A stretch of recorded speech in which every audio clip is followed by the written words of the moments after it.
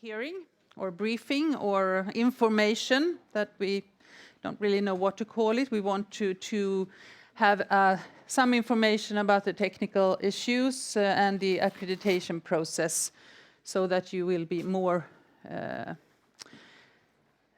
informed of what is happening. I want to introduce my colleagues. We are two authorities here today. It's the Gambling Authority and it's also SWEDAC.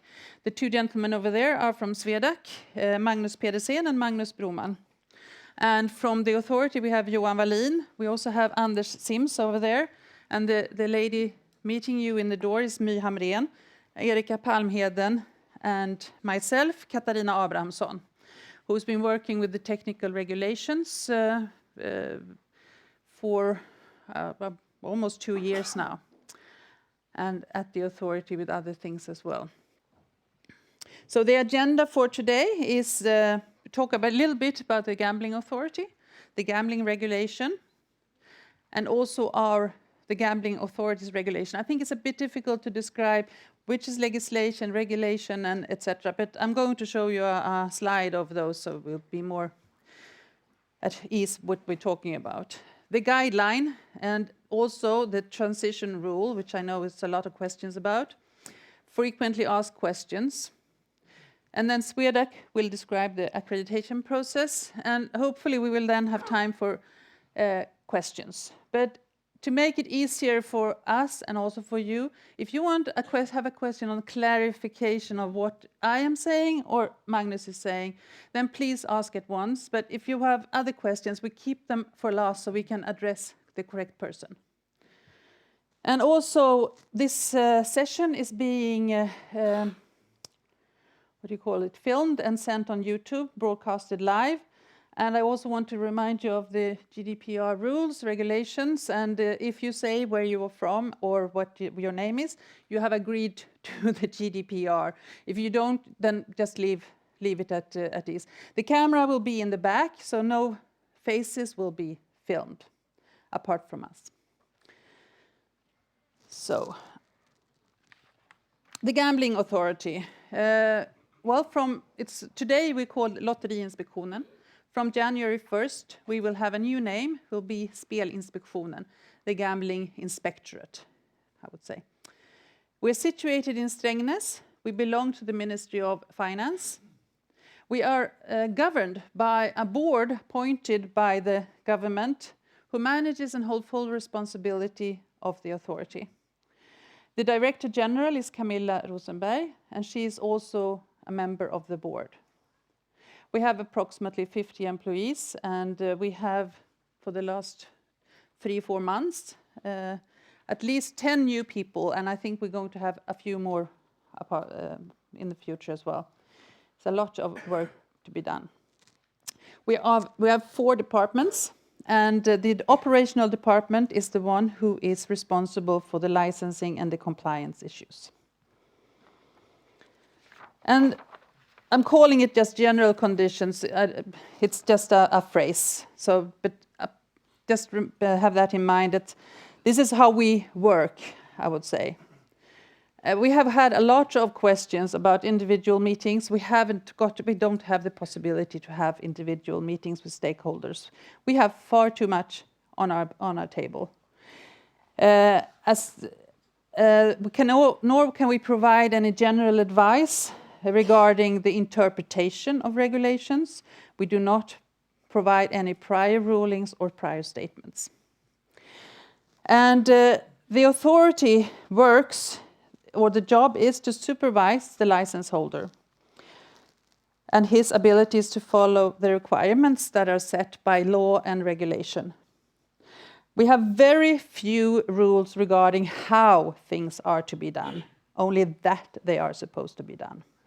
And this, I think, is quite a Swedish way of working. I think many of you are probably used to having, you have to do it this way, this way, this way, and this way. But we are only saying we have a purpose with the legislation, and how you fulfill the legislation is up to you, as long as we find it satisfactory at the end.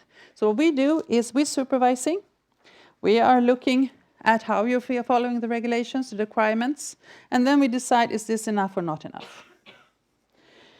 And also the processes and examinations that are following probably in the long run, the outcomes always depend on the circumstances in every individual case.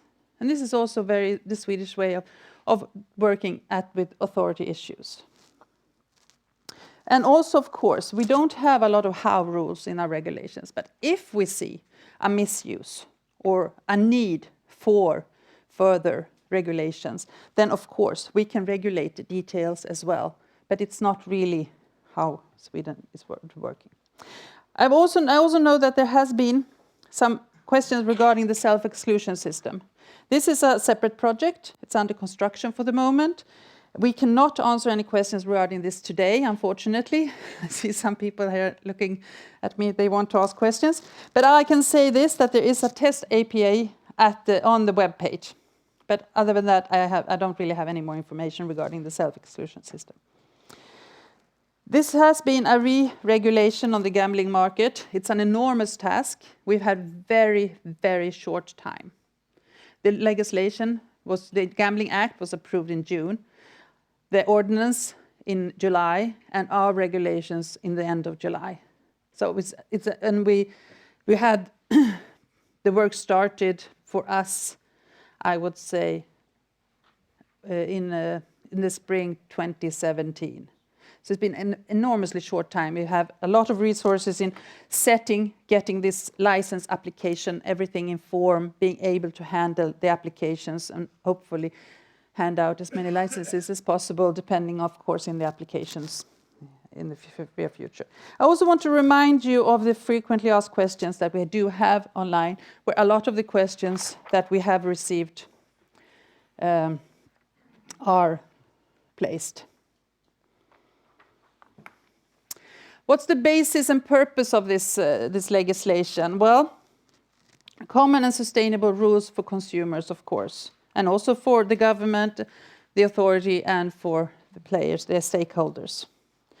A licensing system, which is new. Customers are to be sure that they are dealing with a person or a company that meets a number of set basic requirements that aim to protect them. Customer protection. Since there is a risk, of course, of enhanced dependency, problematic addictions, and with the gambling, there need to be consumer protection. So what is in the legislation is that the gambling companies must register and analyze each player's gambling history, behavior, and history. The player must himself set limits and for deposits and time to play, etc. Receive messages regarding time spent, losses, and gains. And there are many more measures, but I will let these be the explanations or examples. Good security. All information regarding the game system, etc., including personal data, is to be kept and stored in a safe manner. And then secure, of course, competition, competitive neutrality.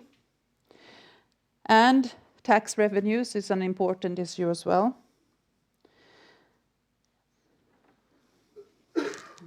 And also sanctions, both for the license holders and also those that are outside the system and don't have licenses.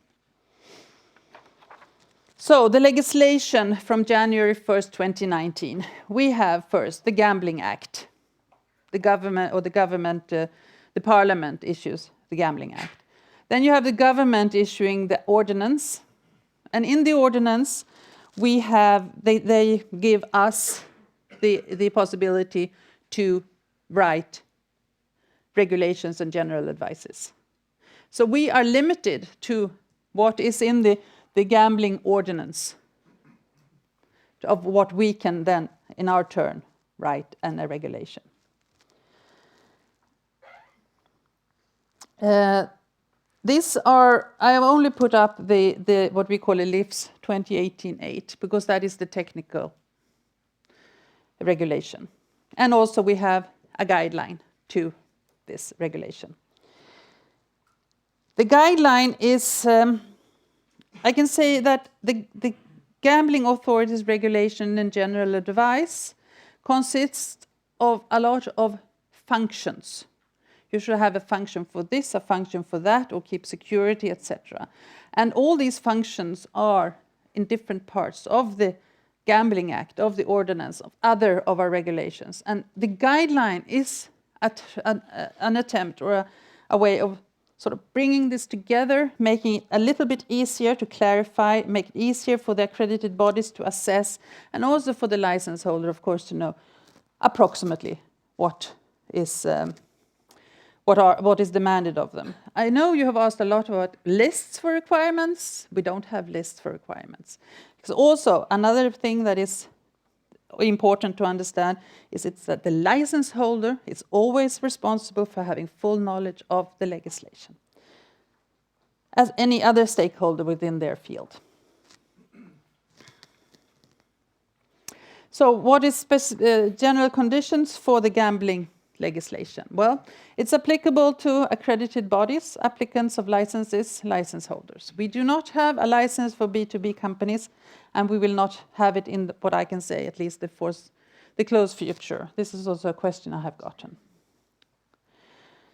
As I said before, the license holder is fully responsible for the fulfillment of the requirements in the legislation. We have very few houses.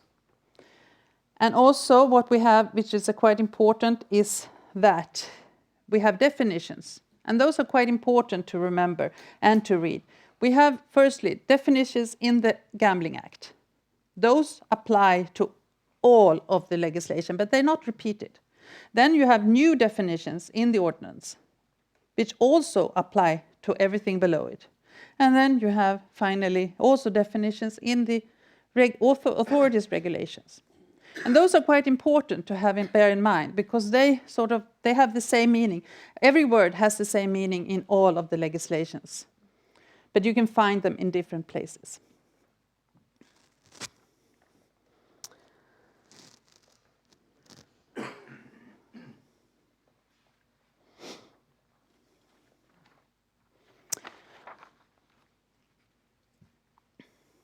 So when we go down to the Swedish Gambling Authority's regulation,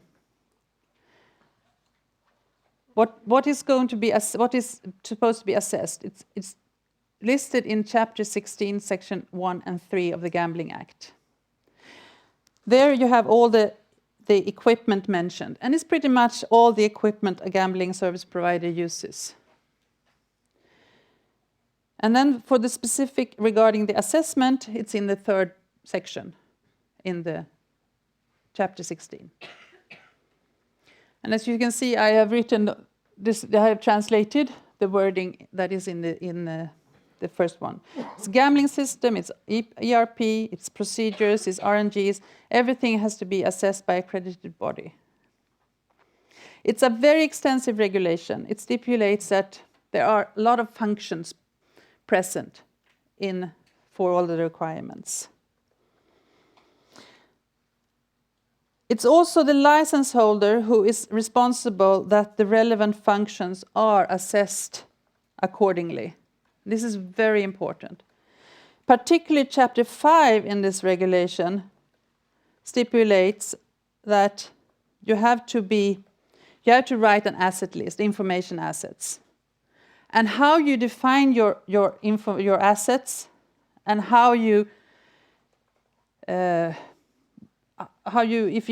what relevance you give your asset is very important in the accreditation procedure later, or in the procedure of assessment. And it's entirely, this is one of the things that we're not saying that this and this and this should be in it. You are doing it yourself, how you look at it. But of course, you also have to remember that Chapter 6 is talking a lot about changes and change management and things like that. So depending on how you define your assets, they have to be assessed again or have a relevance, etc., according to Chapter 6. That's a little bit of a detail. It is the license holder, as I said before, I'm going to say it a few times, who is responsible for everything regarding the gambling system. It's also the license holder who is responsible for attaching the documents to the application form. This means that we don't want anything from anyone else. No B2B, no providers, no nothing. We want it from the license holder telling us that they are assessed and they're correctly assessed.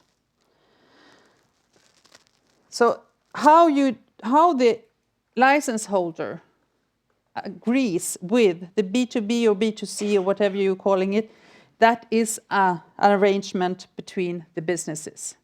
And how you do it, then you do it, and then you just tell us how you have done it. But we don't want to have to do, we're not dealing with any B2B companies at all.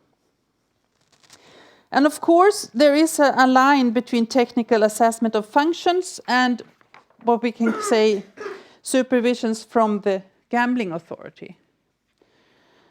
And there are matters that are not technical in the regulation. For example, content of rules, routines, information that is not testable in that way.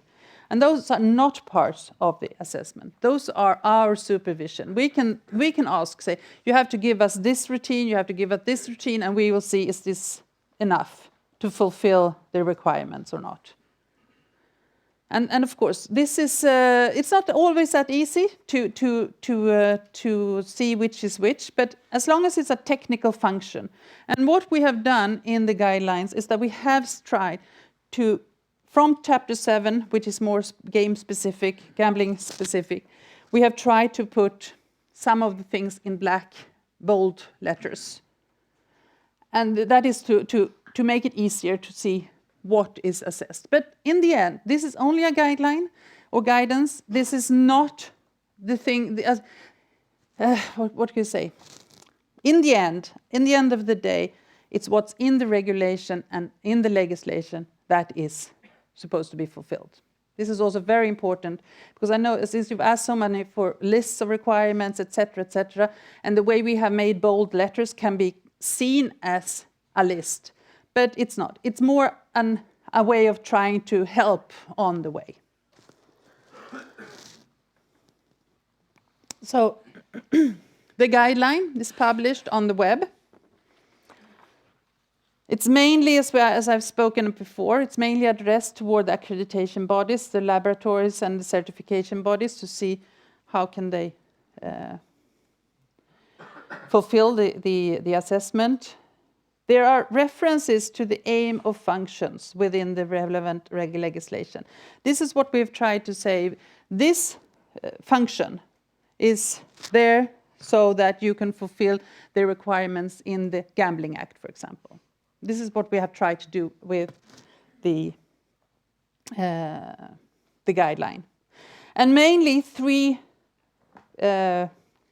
regulation and general advices from the Gambling Authority are mentioned in this guideline. It's the gambling responsibility, and then there is a Swedish one that is more only for Swedish, more or less Swedish actors with state lottery and lotteries for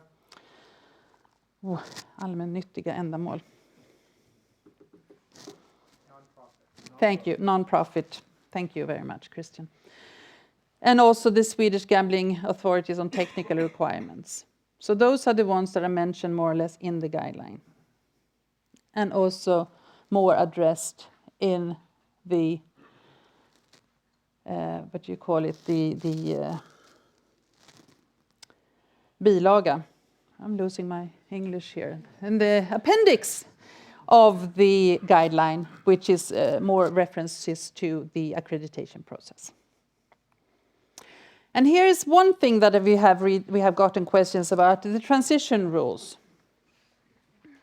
And this transition rule, where you can find it, I think that is quite important. It's at the end of the Gambling Act, under a line, and it says when the Gambling Act starts when it goes in force. Thank you.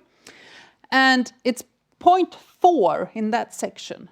And there it says that they admits a license to be granted from January 1st, even though the requirements of assessment from accredited body is not fulfilled, if the applicant can show that the equipment fulfills the regulation, which means that the only thing that you're missing here is the final assessment. And that the applicant can show that the assessment or the accreditation process has begun. And by July 1st, 2019, you have to present a final report, certificates, etc. If you don't, the license will be revoked. Not only not might or can, it will be revoked. And that is what says in this point 4 of the legislation, the Gambling Act. And we have a few questions that I'm going to just talk about here. We have, before this session, as late as last night, 1 o'clock, I got questions for today. And I mean, it's impossible. We can't answer questions either. We can say that there's no answer for them today. We all have no answers. Because it's also, a lot of it is up to you how you meet the requirements. We're not telling you how you can meet them, but you have to meet them. And therefore, it's very difficult for us to answer questions saying that, how do we do this? How do we do this? How do we do this? It's not possible. We got a lot of questions about information assets. And here you have a very important, you have them defined in Chapter 1 in the Gambling Act. There you have the definition of information asset. The license holder defines the assets in a list. This is Chapter 5, the regulation. The license holder classifies the assets and its relevance for the gambling system. And this is the most important issue in the whole accreditation process, I would say, for the assessment. How the license holder or the applicant classifies the assets and its relevance for the gambling system.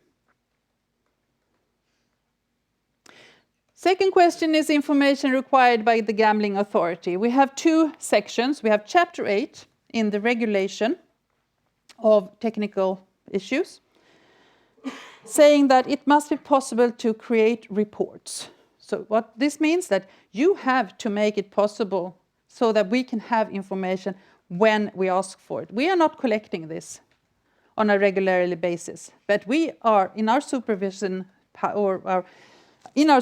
we're going to ask you to have information about this and this and this and this. And therefore, if you have to have this possible, therefore we have it written in this Chapter 8. All that information has to be, you have to be able to give it to us. But we're not demanding it on a regular basis at a certain time period or things like that. But when we are supervising, we can say that by a certain date, we want information on this and this and that. But we're not, we can, but that is not the usual way of an authority to work. We're not going to give you one day or visit you and say you have to show us all this data right now. That is not the normal way. We can do it, but usually we do a planned supervision, unless something has come up that we need to might meet more surprise, but it's not the usual way. We also have Section 21, which is referring to online gambling and betting in the gambling responsibility regulation. Section 21 is mandatory. You have to provide that information, and you have to provide it on a half-year basis. And that is also in the regulation. It says there we don't have a way of doing it for the moment, so you have to do it in the way possible, in an Excel file or something like that. We might tell you how we want the information in the future, but right now we don't. And we are participating in the work for a standard, which is ongoing in Europe in a CEN task force, and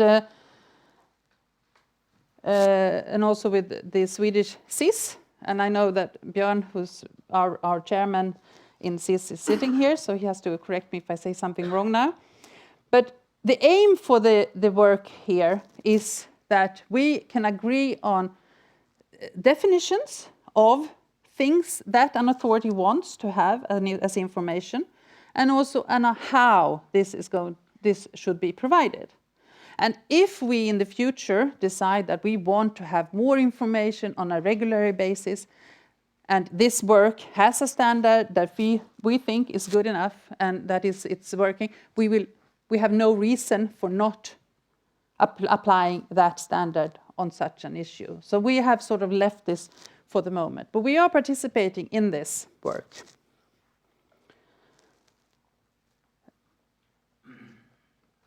Another question that we have received is, what happened to online bingo and slot machines? Because in the Gambling Act, Chapter 7, it says that you can have a license for casino games, online bingo, and slot machines. And then, in the next regulation, the ordinance, the two parts of online bingo and slot machines has disappeared. And the only reason for that is that we have been given the right to issue regulations on which casino games a license may cover. But online bingo and slot machines are still there. They are not gone. So they're still there. You can have online bingo and slot machines. But we can write this. And that is what we have done. In the LIFS 2018-5 is called Regulation and General Advice on Commercial Online Gambling and Betting. There we have written what casino games a license may cover, which is roulette, baccarat, punto banco, blackjack, poker, and dice games. So that is how this works in this perspective. I know there's a lot of questions regarding this. Then we have questions about logos. Section 17 in the 2018-2 Regulation on Gambling Responsibility. And logos are available on our web. They are to be fixed on top of the application, visible at all time. And this is written in the regulation, in the section 17. The logos that are available can be adjusted size-wise accordingly, but not change the look or the color. They are placed in squares, and they are to be placed in squares. We have not said anything about how large this should be, but if we see a tendency, as I've said before, that there is a misuse, that it's so small you can't see them, then of course we can regulate the details in this as well as in other issues. And then we have remote access, which has also stirred a lot of questions.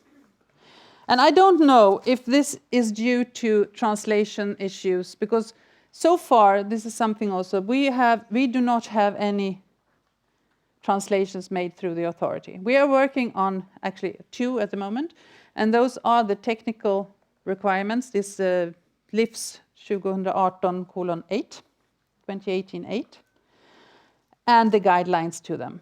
Those 2 are hopefully up on the web by the end of the week. They are. Good. Yeah. They are now available. Brilliant. Because the questions I'm getting is that under certain circumstances we can grant exceptions to the license system being placed in Sweden. The gambling system, sorry, wrong. Gambling system should be located in Sweden. We may grant exceptions if there is an MOU with the country where it is placed, between the Swedish authority and that authority where it's placed. Or if you have a possible remote access to the gambling system. And what we mean with remote access is actually written also in the guideline, in red somewhere. And I think it's under chapter 2 or chapter 3. What we mean with that is that if the license holder or the applicant refer to that they have a remote access that is accessible whenever the authority wants it, then it should be assessed by an accredited organ or body. And that is what we mean. We don't want to have access to it at all times. We definitely don't want to be able to have the information at all times. That is a lot of, I can say, a lot of problem also with the GDPR if we would have that. But we want to have access when we feel the need. And how we do it, it's also not written anywhere, but we do it as best way we can see fit, and it should be accessible somewhere in Sweden, and that is the regulation. And it's up to the assessment or the accredited organ to look into that you have an access and it's possible to access it from Sweden.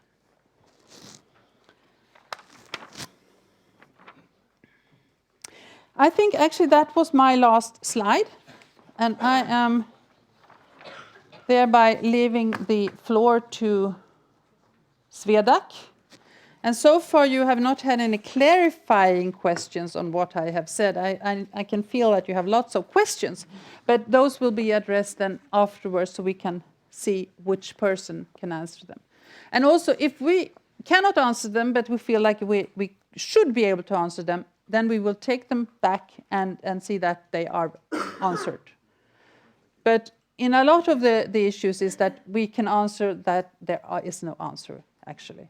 Because in the end of the day, it is a question of supervision and depending on all the circumstances in the specific case and how a requirement has been fulfilled or not fulfilled. Thank you.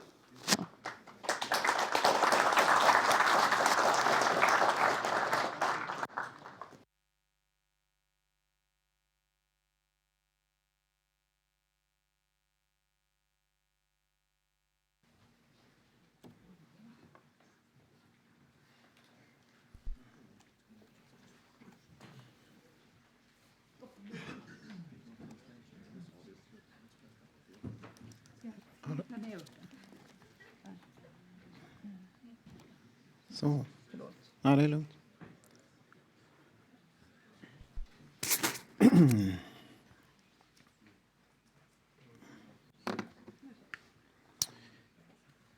So, good morning. I'm coming from Swedac, the Swedish Board for Accreditation and Conformity Assessment. And we are glad that we can be here together with the Lotteriinspektionen and have this information session and to explain how the system is built up. So my aim is to explain to you about the gambling law and accreditation. How does this fit together and what is the different parts in this? My name is Magnus Petersen, and I also have my colleague Magnus Broman here from our legal department. And the idea with this presentation or the agenda that we will have, I will start to explain a little bit about Swedac. Then what is accreditation in general, that as a starting point has actually nothing to do with gambling. But if you get that understanding, you will have an understanding why we use accreditation as part in the new legislation in Sweden. Then I will go in more and more detail, and I will try to draw up a figure how a setup will look like as one example. And then I will give you some hints what's important from the gambling company, what is important from the conformity assessment body, the laboratory, the inspection bodies, and the certification bodies. So hopefully at the end you have a higher knowledge about how the system it works. And with this knowledge, I hope and we hope that some questions or bits and pieces that you maybe feel, how does this fit into the picture, will fall into together. So that's the setup. So in the start, be a little patient. I must talk a little bit about Swedac. I must talk a little bit about accreditation in general. So Swedac, we are a Swedish authority and we are the accreditation body in Sweden. And we have a vision saying that Swedac's activities contribute to creating an open global market, competitive industry, as well as safeguarding consumers and product users in a sustainable society. I think you can agree on this. It looks very good. It's good words and etc. But to be more precise, we focus on an open global market. We know many of you come from abroad, but to also a competitive industry, to safeguard the consumers, sustainable society. So that's the base. Some more brief information on SWEDAC as being an authority. We have our minister, that is the Minister for EU Affairs and Trade, Ann Linde, and we report to another ministry than Lotteriinspektionen, so we report to the Ministry of Foreign Affairs. We have our head office in Borås. It's a beautiful city close to the west coast of Sweden, for those who not know where Borås is. Some people also say, and actually they have fact that it's in Sweden, we have one city where it rains most. It's in Borås. But nevertheless, we are 120 employees at SWEDAC. And this is also important for all of you to know. We also use external expert or external assessors.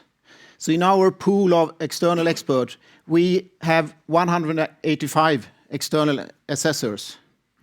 So when we work in this field with the gambling side, we take in technical experts. So we, from the accreditation side, can have the right competence to do what we should do. And in Sweden, we have 1,600 accredited bodies. And it's used in a variety from food safety side to test water, also to test lifts in the house, vehicle inspection in laboratories or in hospitals. So the base principle about accreditation is used in different fields. And now I will go more and more to explain how we use it in this field. So SWEDAC, what will we do? Yes, we accredit and try to get the naming. Say, we talk about accredited bodies or conformity assessment bodies. Sometimes shortened CAB, conformity assessment bodies, because they see whether one thing conform to another or to the specification or a regulation. Conformity assessment bodies. Then the conformity assessment bodies, we accredit, and the conformity assessment bodies, they can calibrate, they can test. You know that the conformity assessment body with the gambling side will test different applications. They can inspect, they can certify, and they can also do different types of verification. So this is how the system with accreditation is built up. And some more information about accreditation. We say that accreditation is an open system. So accreditation is a tool for the society to ensure impartiality and competence in the actors. And now you start to see some important words here. Impartiality and competence.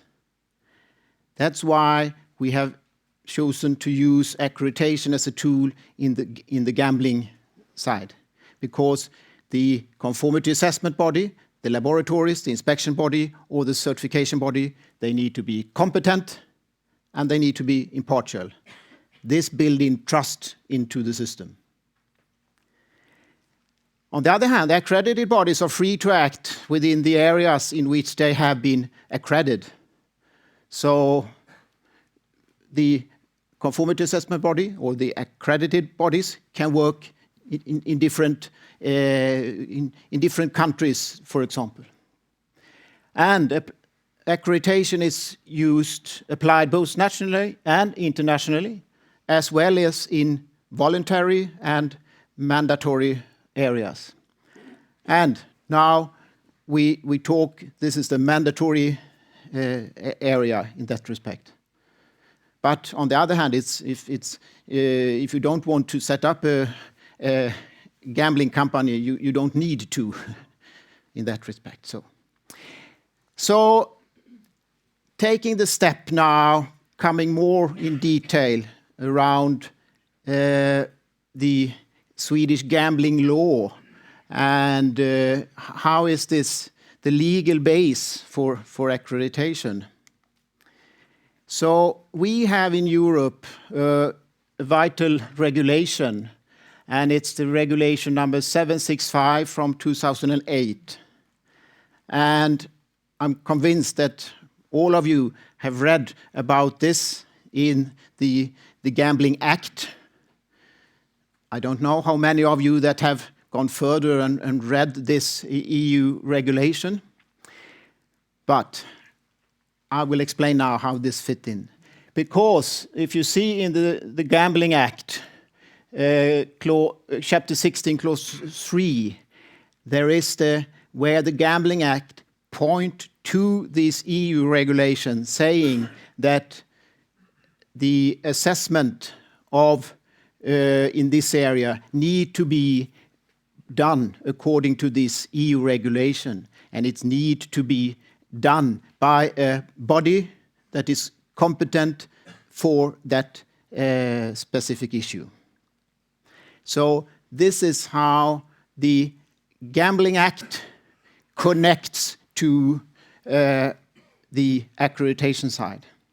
And similar to as Katarina explained, now we look at the top Gambling Act. Here there is the strict link together between these two, the Swedish Gambling Act and the EU regulation that starts to use accredited bodies.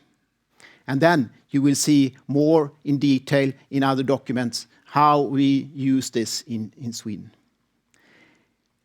Just for information, we have in Sweden a regulation about accreditation and conformity assessment.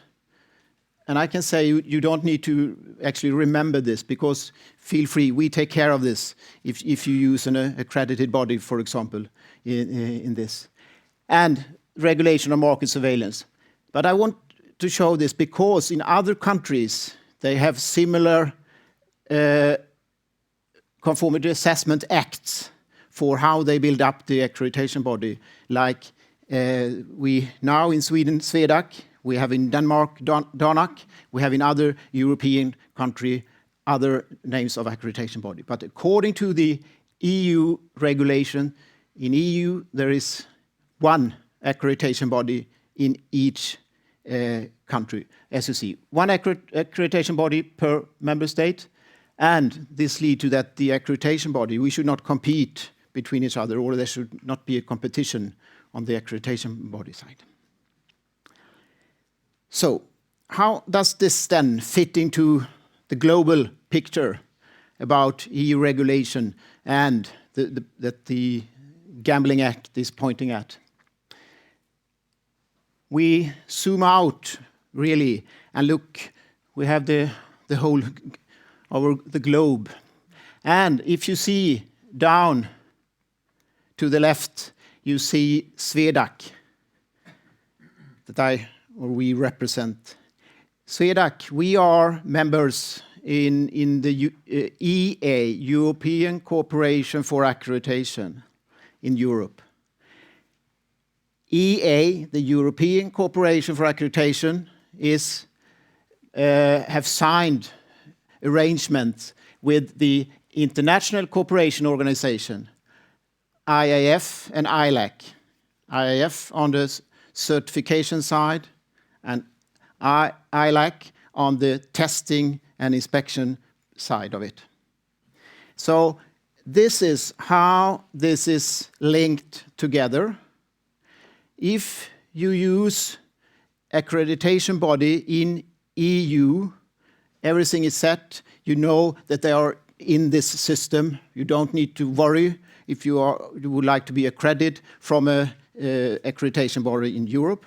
Or the same, if you are the gambling company, you would like to see whether this documentation, the reports you have received from an accredited body, if they fulfills the requirements or not.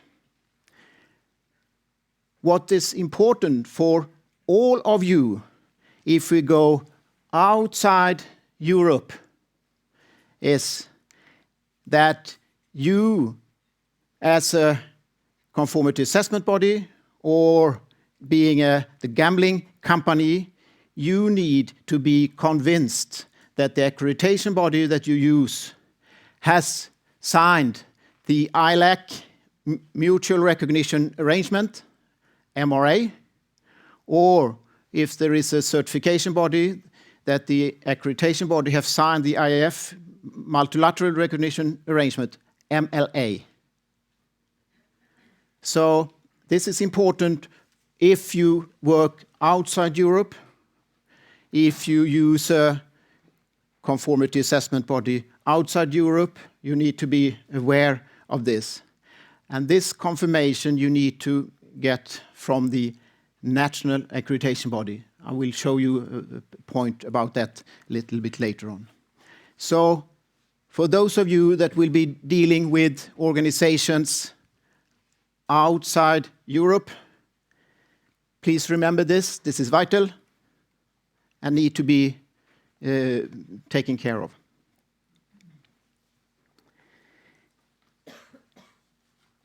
So, taking from the full global picture, going down more in detail and see what shall be done or what can be done or how is the system built up. So, in the regulations from the Gambling Authority, it points out, and also in the Act, about laboratories, inspection bodies, and certification bodies, or to certify. Now, I start to add on the more detail, also more detail. You can see reference to ISO, International Standard Organizations, standards. And in this respect, it can be test done by an accredited laboratory. It can be inspection done by an accredited inspection body. And then the inspection body need to fulfill the ISO 17020 requirements.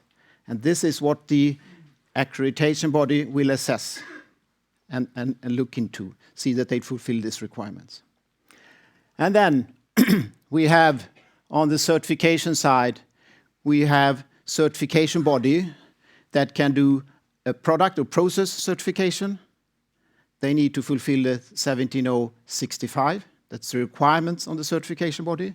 And finally, for management system, or in this case, information management system, ISO 27001, requirements for the information management system. The requirements on the certification body is in the international standard ISO 17021-1 and ISO 27006. So this is the general requirements on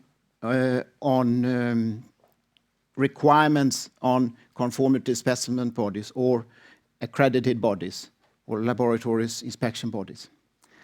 How will this then be fit into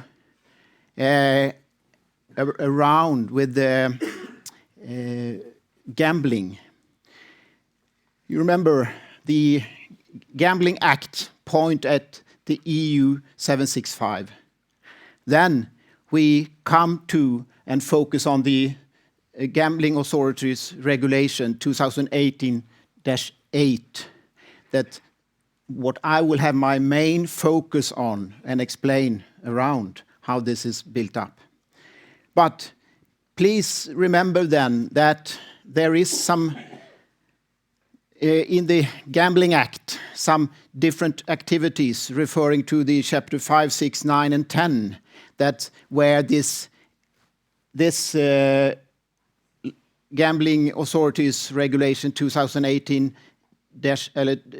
is not applicable. For example, in some cases, land-based casinos.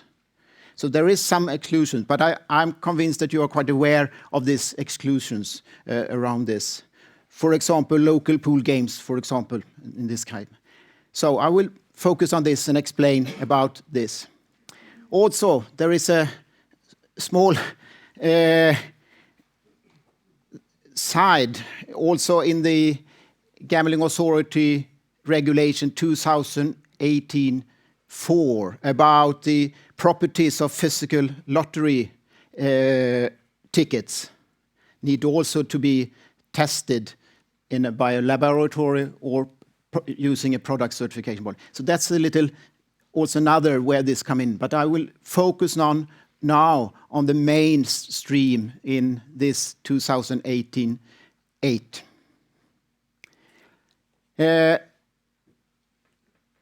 Now I have a picture, or it is not a picture, it will be a picture. I will try to explain to you how we can come from the law, regulation, and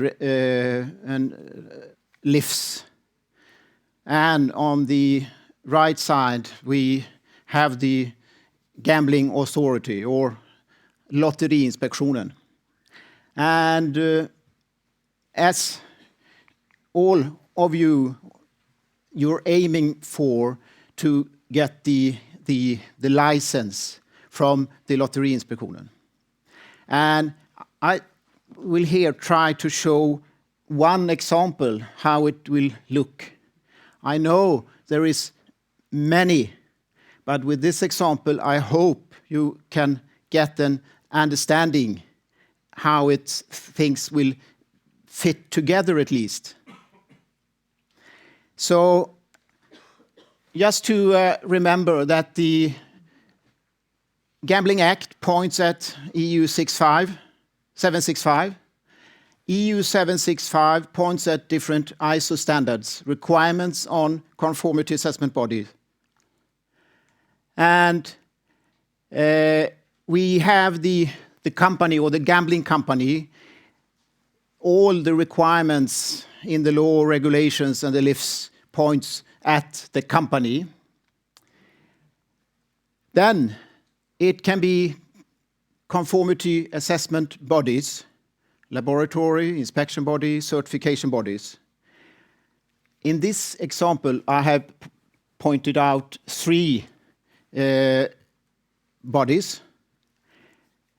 Be aware that the gambling company can use, there is no limits saying that you need the number of cabs that they can use to show that they fulfill the requirements. They can use 1 if they have all their fulfilled the requirements, and the gambling company can use a number of different cabs.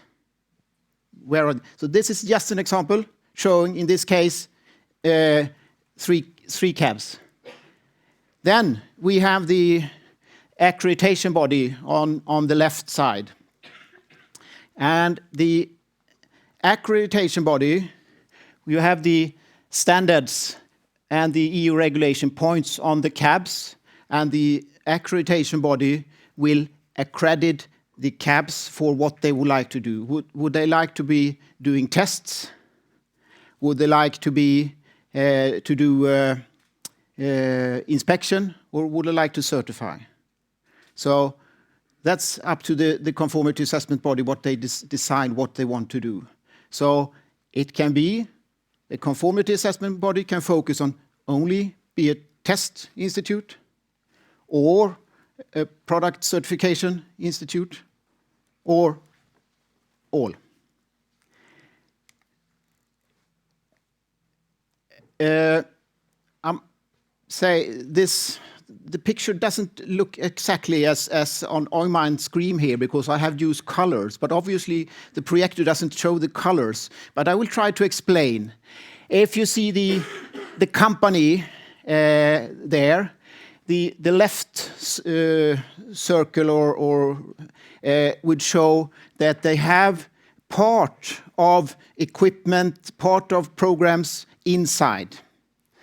This circle or this figure here will show that they have something totally outside their own company.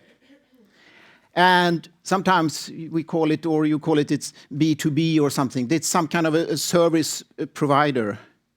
And how will this be used then? That the company, they can use information, reports issued from this service provider directly to use when the company apply for the license. The same report, that this CABEV issues to this service provider can be used by another gambling company. Depends on the setup.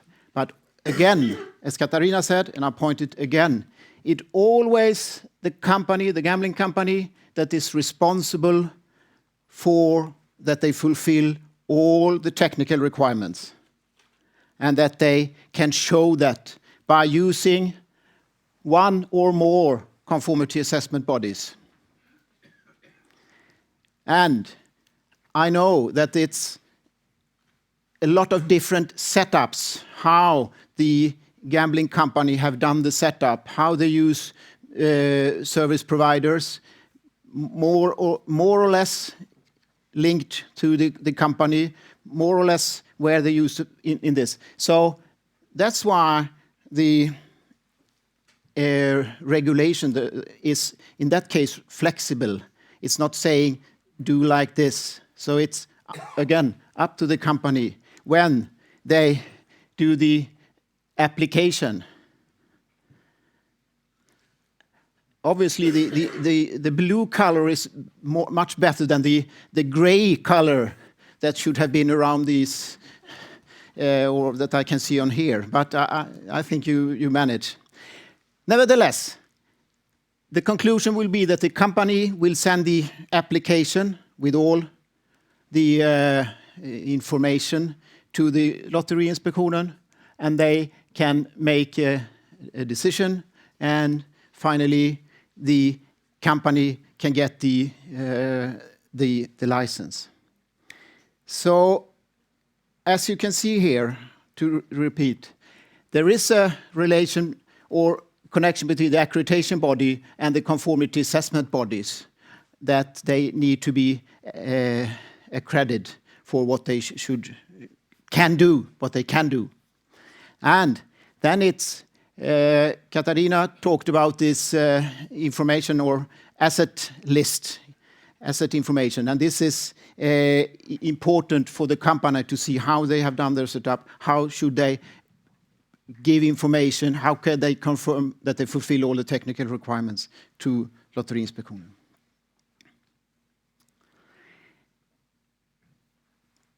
That's about that picture. Then coming to more in practical details, how to find accredited organization. And on a regular basis, we at Swedac, we get this question.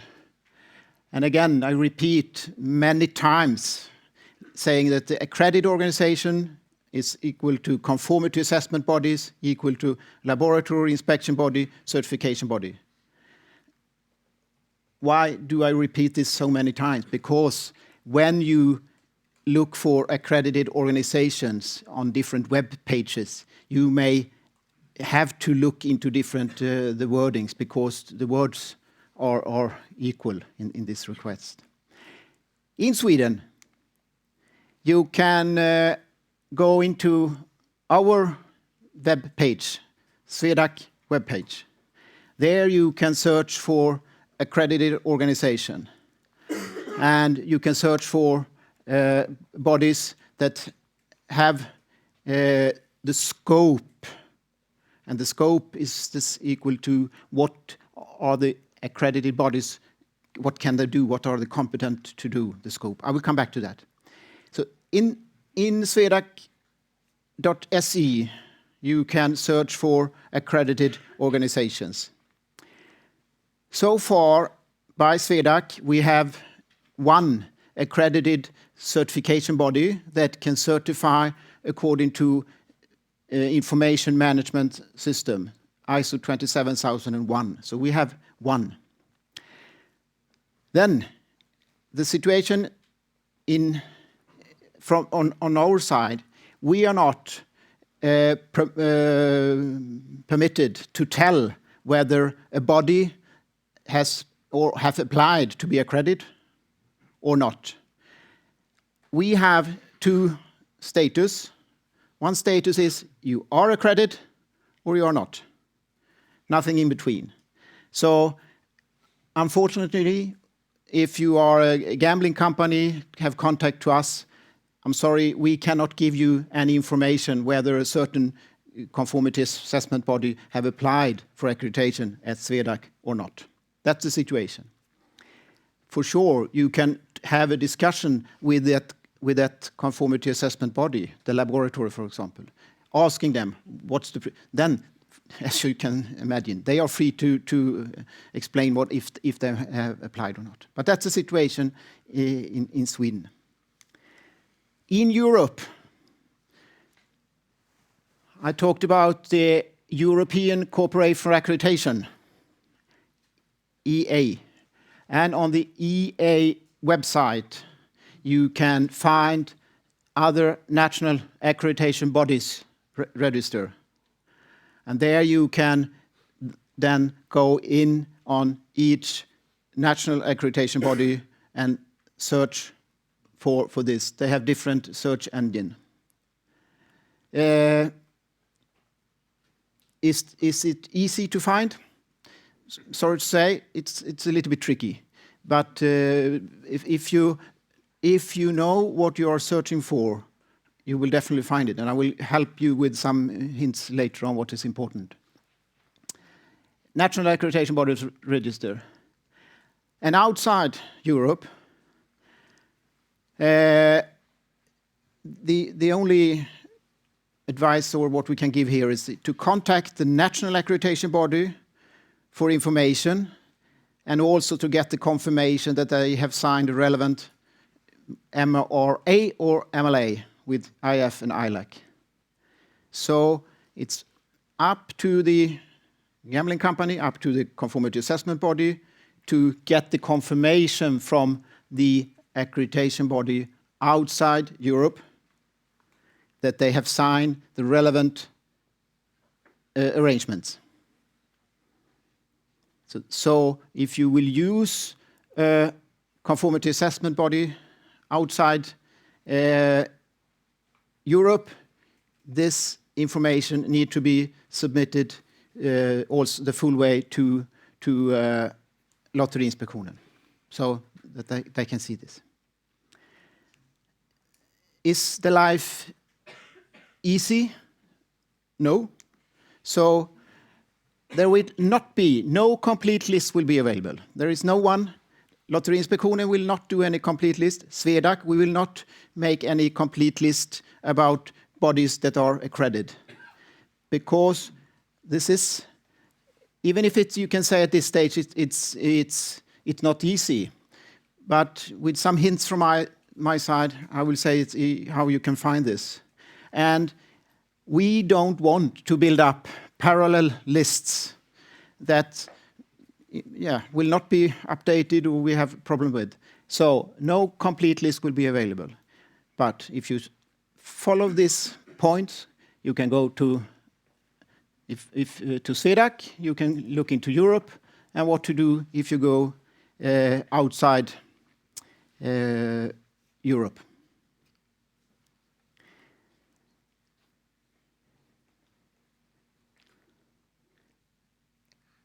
So, if giving some hints or ideas to the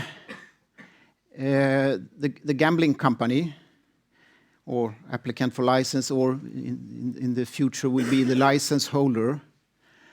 And again, we point out the importance that the gambling company need to define and classify information assets in a list according to the regulations and also according to the Act. So the gambling company need to have full control over this. In one way, you can say that it also includes that you have the gambling and ERP system, full control over how they are built up, how they are situated, where are it physically located, etc.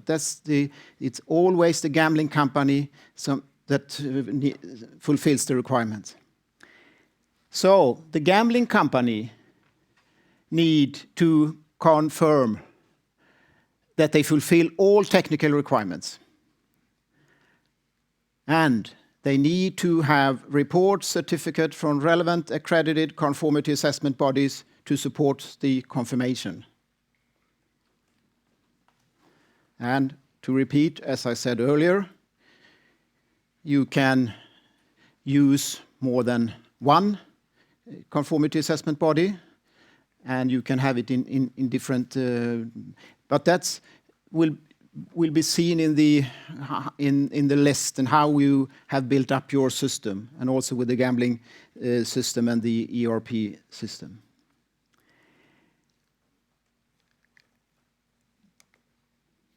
Important for the gambling company is that they need to use conformity assessment bodies, laboratory inspection bodies, certification body, that have their scope according to LIFs, Lotteriinspektionens regulation, and have been accredited according to the law.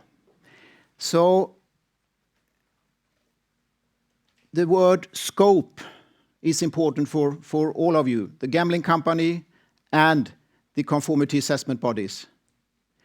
You need to have in your scope references according to the Lotteriinspektionens 2018-8. For example, if you are a laboratory, first of all, you will be accredited according to ISO 17025. There can be a general term saying that you work in the game testing, and specific in the scope, it need to be pointed out that you are accredited according to the LIFs 2008-8. Because this, now you can start to understand the full line. This shows that the conformity assessment body is competent to do the testing according to the LIFs. And it can also be shown then to understand for the Lotteriinspektionen to see that this body is accredited according to what we want them to be accredited for. So all of you, be aware, if you see a laboratory saying, we are accredited, your first questions, please send us your scope, and there you should read and find references to the Lotteriinspektionen. So the scope is important.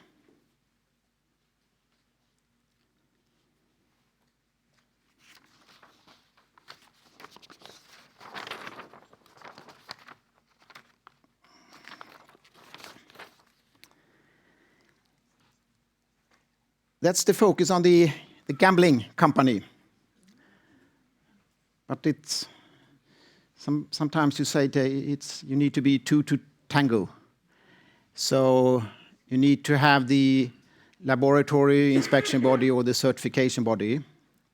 And what they need to do is apply for accreditation according to relevant standards. And here you can see the relevant standards and scope according to LIFs from the national accreditation body within MLA, MRA. A lot of information in one row. I will try to be precise here. We already have conformity assessment bodies around the globe working in this field. We have already accredited bodies around the globe in this field.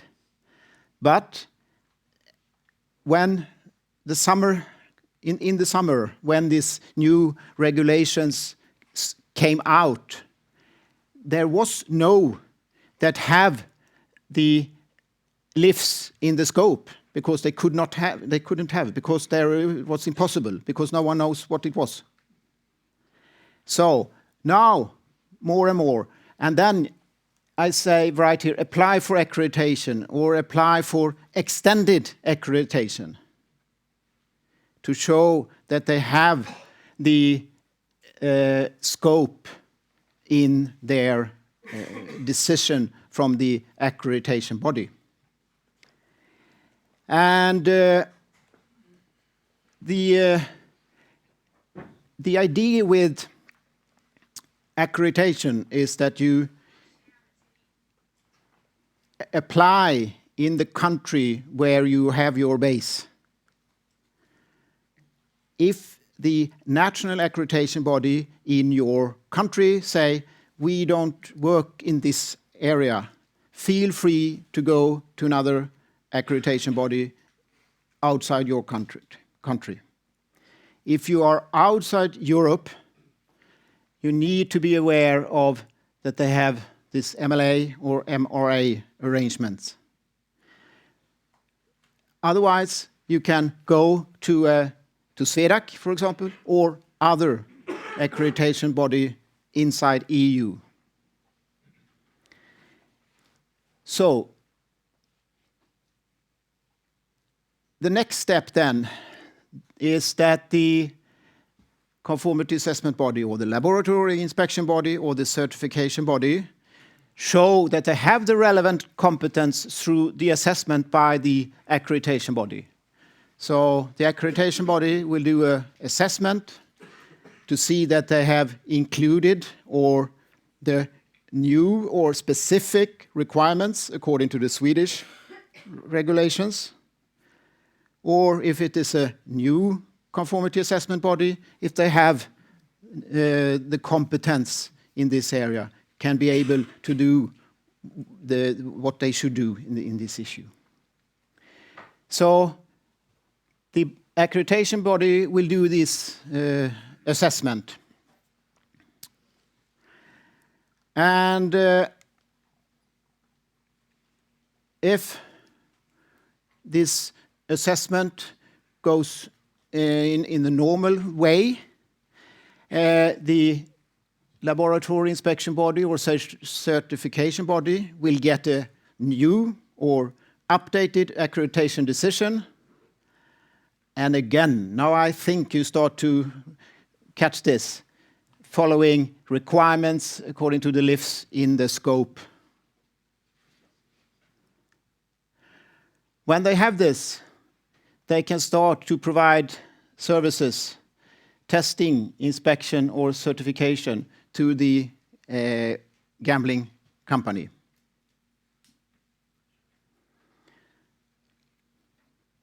So we discussed, or you explained, that they have to, or the gambling company need to inform Lotteriinspektionen that they are in the process for this. And here you can see the process. And some of the actors are already accredited in the gambling sector, but they so far don't have the LIFs requirements in the scope, which they need to have when this transition period is over.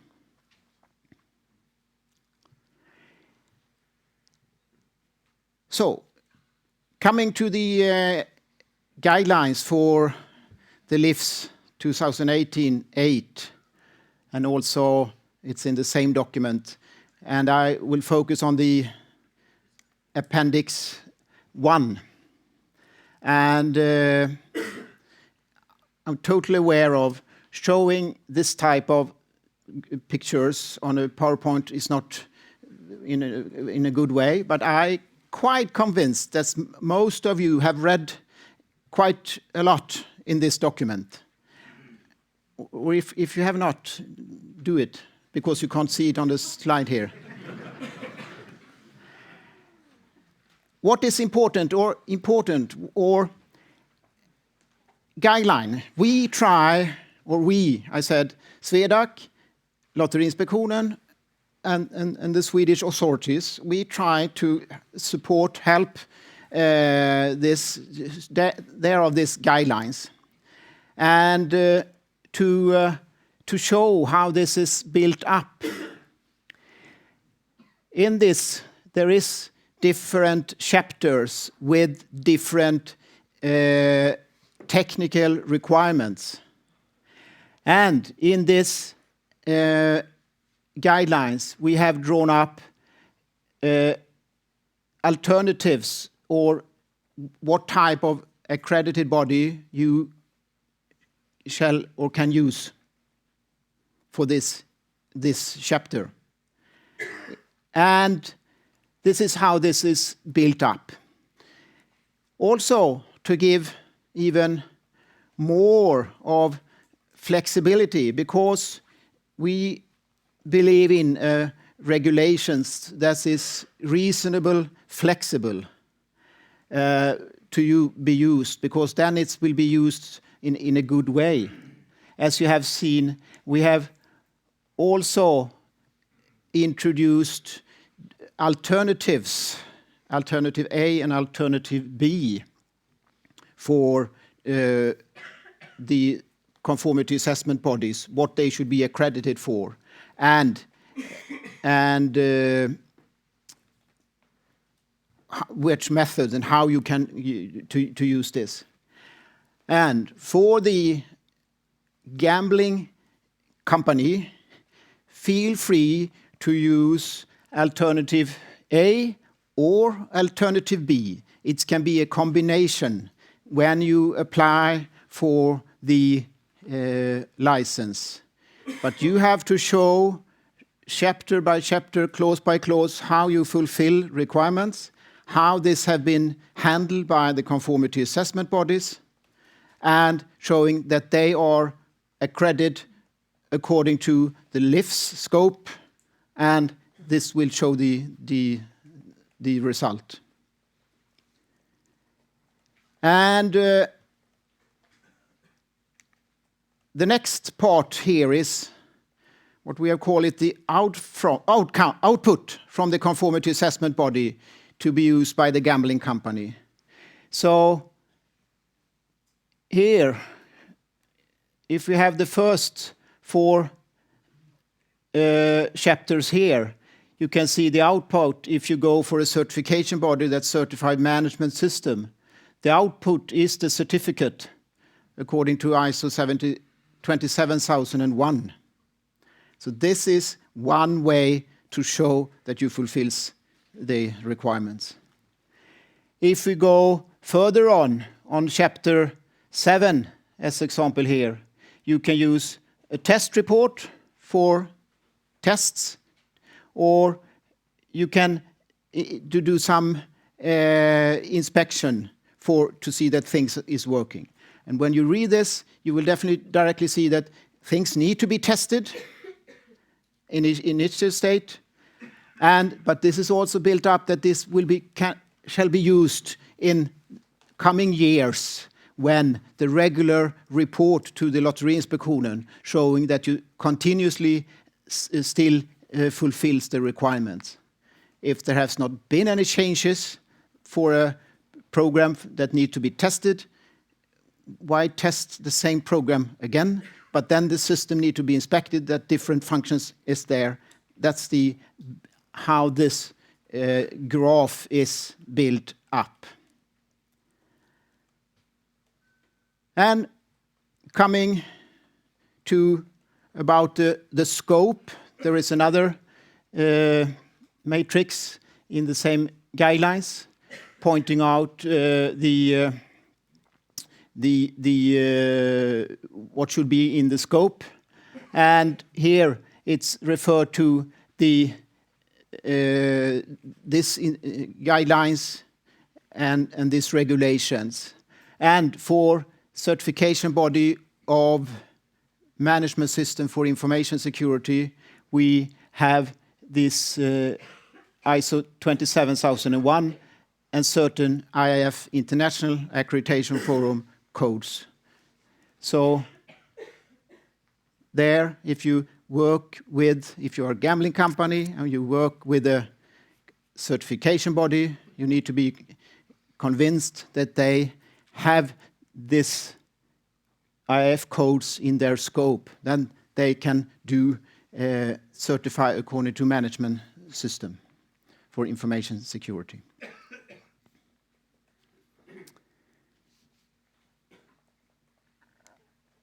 So, Katarina? Yes. Pause about the slides, and we will place the slides on our web after the afternoon or tomorrow. They will be available on the web, on Svedak's web and on our web.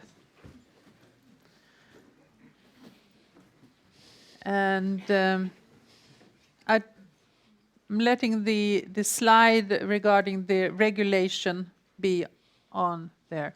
So please, questions. We have about 45 to 55 minutes for questions. Roast. Yes. I think there's also microphones that can be placed around. Here, Me, you have one here. And we're going to I will try to see who is first, and I will try and point.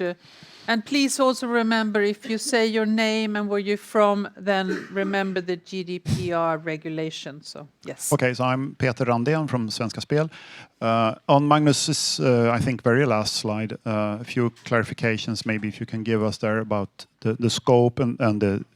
So 2 questions. One is, and we talked about it briefly, but the scope for the chapters 4 through 6 in LIFS 2018-8, which are information security, etc., which then relate to ISO 27001 certification, so that we are perfectly clear that the scope of that certification body doesn't have to include the LIFS as well.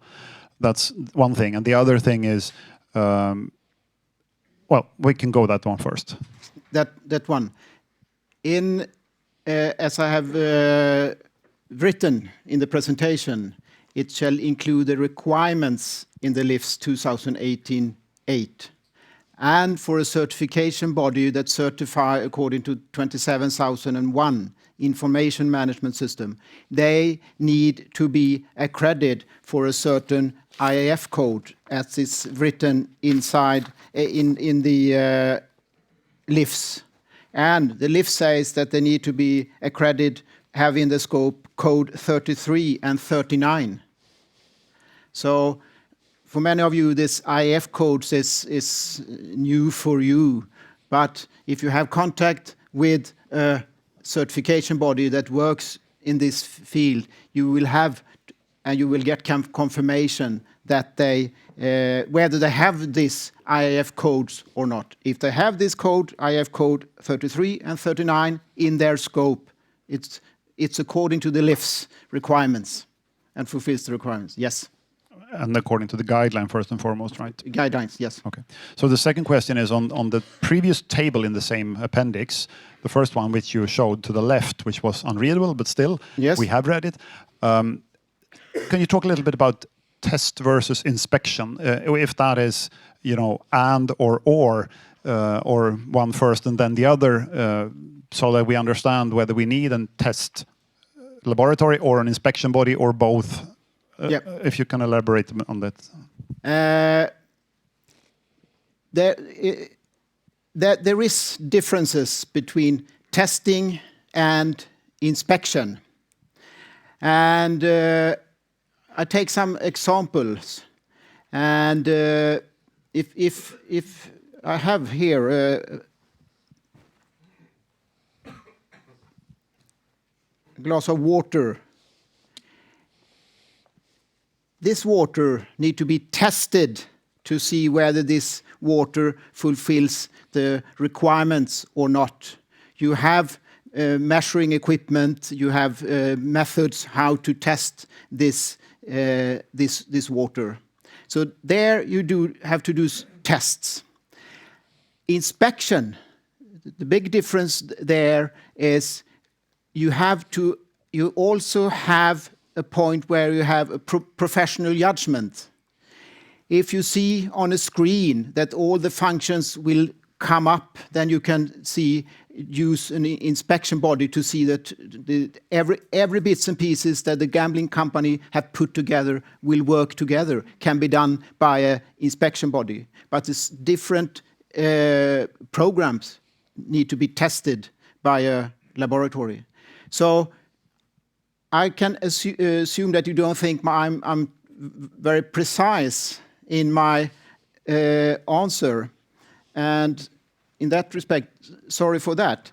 But it's up to the gambling company to have control over their setup and to see how they will verify that all requirements is fulfilled. In some cases, it's no discussion. Here, it need to be tests done. In other cases, it's no discussion. Here to be inspection done. In some cases, it can be in the middle, both. You set, according to your setup, you show how you have done it. You send this information, documents to the Lotteriinspektionen. So the table there really is an indication where you indicate that probably for these chapters you need both. This chapter, obviously you need only one or the other. Yes. And also, now, quite natural, we focus now on the application for the license.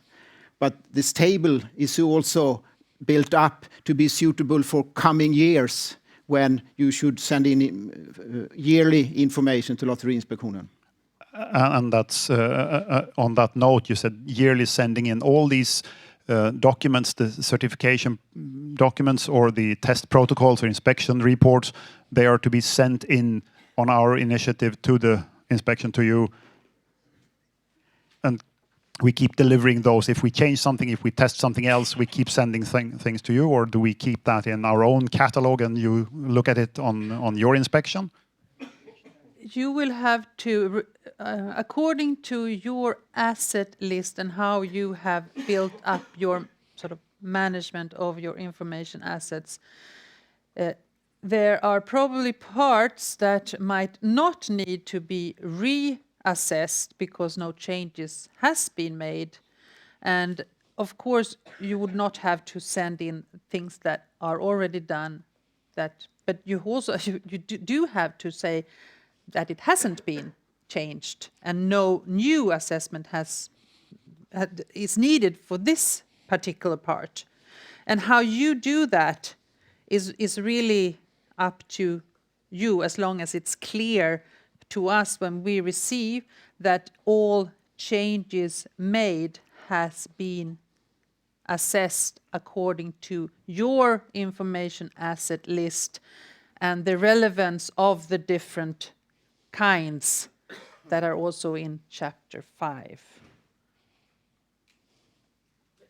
We put a lot of responsibility on the license holder, but that is But you do want these documents sent into you at one point anyway. At one point, absolutely. Yes. In the beginning at one point, absolutely. every certificate, Yes. every protocol. That the assessment has been made. We don't need documents that the accredited organ needs to do their work. We want the results sent to us. Yes, please take the microphone And we can also, there's another microphone there, so if you raise your hands, you can be prepared for having questions.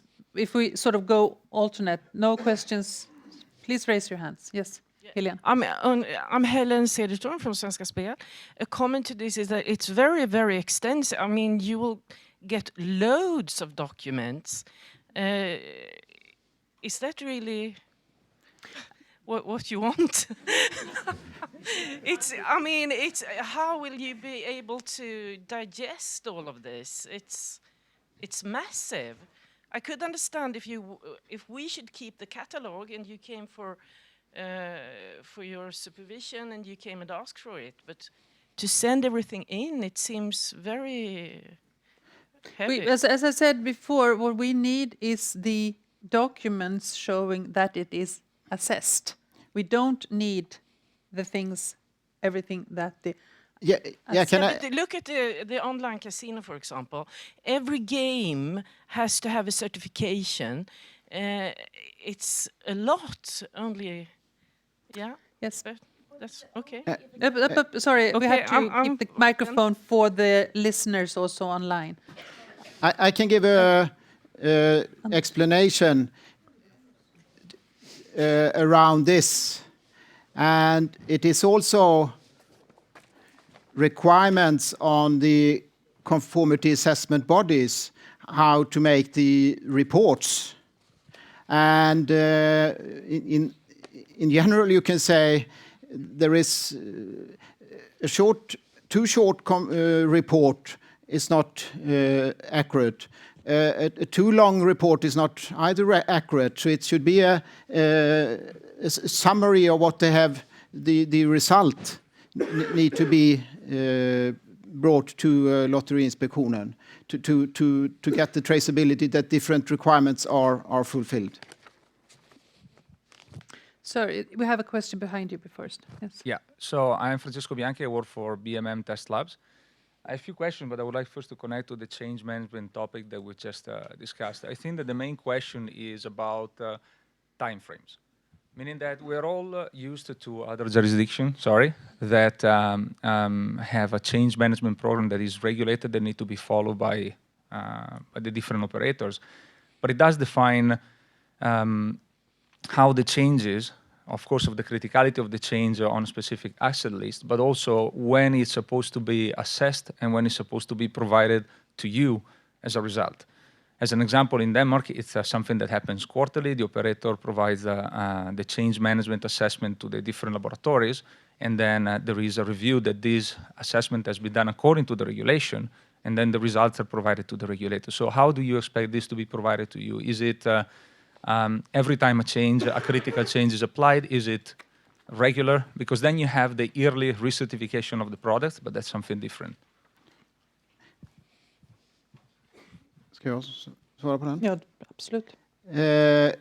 The base principle is that you have on a regular base that you should give information that you comply to the regulation, or the gambling company complies to the regulation.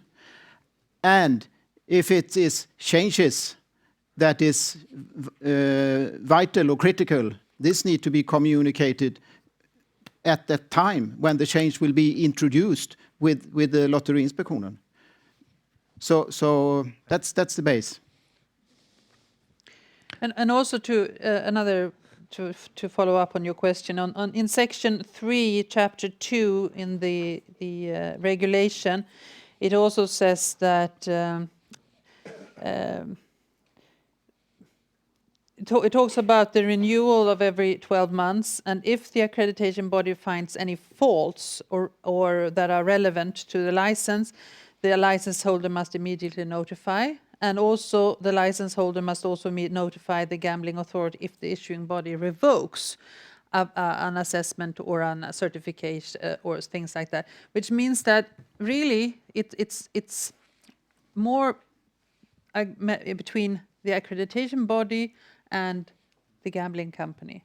Yeah. And this is, I think, a bit different also to other legislations. But then we can always come and ask, what changes have you made? How have you corresponded? Are these assessed by the accreditation body, etc.? And of course, if we then find out that no, we've made changes and we have not had them reassessed, of course, then you might not have a license. So I mean, this is the final. Of course, you have sanctions. We have different sanctions, but the main one is, of course, no license. No, that's pretty clear, but let me make you a practical example. Let's assume that there is an operator that needs to apply a certain type of change with the system. The reason why the change management is there as a regulated type of activity to be performed is because you want the risk assessment to be performed on the change to define the criticality, whether it affects confidentiality, integrity of the system, of the information. Assuming there is this type of change management is followed, and then it's submitted. Some requirements need to be submitted for a retesting to an accredited laboratory. Okay, is that something that you expect to be done immediately, or is something that do you expect to be reviewed? I think that question you have the answer to in chapter 5. Depending on how you have classified your information assets, if the changes are on the high relevance or the some relevance, you have, I think it's in section 4, when you actually have to inform the accreditation body. Some changes that are not that critical, you can wait until the annual assessment. So it's all in there. So I can't say when and how you do it. It depends on how you and your accreditation body really actually have built up your assessment. So just to recap, any critical change on a critical component need to be recertified immediately? According to the chapter 5, yes. Okay. So just I don't really want to go into saying what is critical and not critical. That's what I mean. About assessment. It's also a question of translations, etc. So that's why I have a difficulty with some issues there. The next question I have is about something you said about the remote access. Yes. So I think it's pretty clear, the way the operators will provide access and the way the laboratory is going to test this access is something that you cannot provide information on. Because it's technical and it depends on the structure of the system. However, it would be very important to have guidance on what type of information you want to see after you gain access. Is that what you already described as the reports and of the information that you want to have availability in the system, or is something specific? To make an analogy, in Romania is requested remote access, which is they call it terminal server, and define exactly what type of report they would like to see and be able to run the moment they gain access. So are you planning to provide any detail about this? I have absolutely no answer to that question, actually. I would say that the purpose with that rule or regulation is that we have the possibility to see the same things as the accredited body has seen and assessed. We can also every time go in and look at this. It says in chapter 16, fourth section, I think, in the Gambling Act, that we can always go in and see what it looks like. It's the same as we can go into a company that is in Sweden and you have your gambling system here. We can knock on the door and say we want to see it, and we should be able to do approximately the same thing. I would say that the authorities in Sweden very rarely work as saying we're knocking on the door, but probably we have probably in advance said we want to look at this and this and this and this. But of course we can always knock on the door. No, of course, but since we're talking about remote access, we would expect something that you expect to see, right? Yes. Because in an approach of knocking on doors, you can agree on what you want to show and you're going to have people there. But remote access requires some preparation. So, and my question is, as a certification or testing laboratory, are we supposed just to verify that you are granted with this type of access, or also the content of the information available? No. I would say in that perspective, I think I can answer the question. We want to be able to have access, and the assessment is not what we can have access to, otherwise than that we can have access to the things. Yes. So Okay. very last one, quick. About the extension of the scope of our ISO accreditations from a lab perspective, you've been mentioning specifically the LIFS 2018-8. However, the requirement that is scoped and are also included in the guidelines spread across the LIFS 2018-4 and specifically 2. So at the moment, I think I can speak for all the laboratory, we're working on extending our scope, including those standards. Is it correct, or we should just focusing on the 2018 and 8 in terms of extension of the scope would be sufficient? No. It's according to the requirements in the 2018-8, and there we have in the guidelines the relevant references that this is pointing up at the last matrix in this. So there it says what the scope should be if you work for certification of management system, if you work for product process certification, test laboratory or inspection body. And there it is, the references to the LIFS 2018-8, 2018-4, and 2018-2. Depends in which area you would like or plan to do. So you need to go for this to have that into your scope. Mr. Blue, yes. Yeah. But Any other questions that can have the? No? Could you please move your microphone backwards? Oh, sorry. Okay. Okay. You just wait. Go ahead, sir. No, blue. Sorry. One from the first row. No, take third. Okay. Third row. Okay. You waited. Correct me if I understood wrong. You said before the certifications that gambling companies should provide by June next year, we shall send something which will convince you that the gambling system is built up in a way which is acceptable to lottery inspection.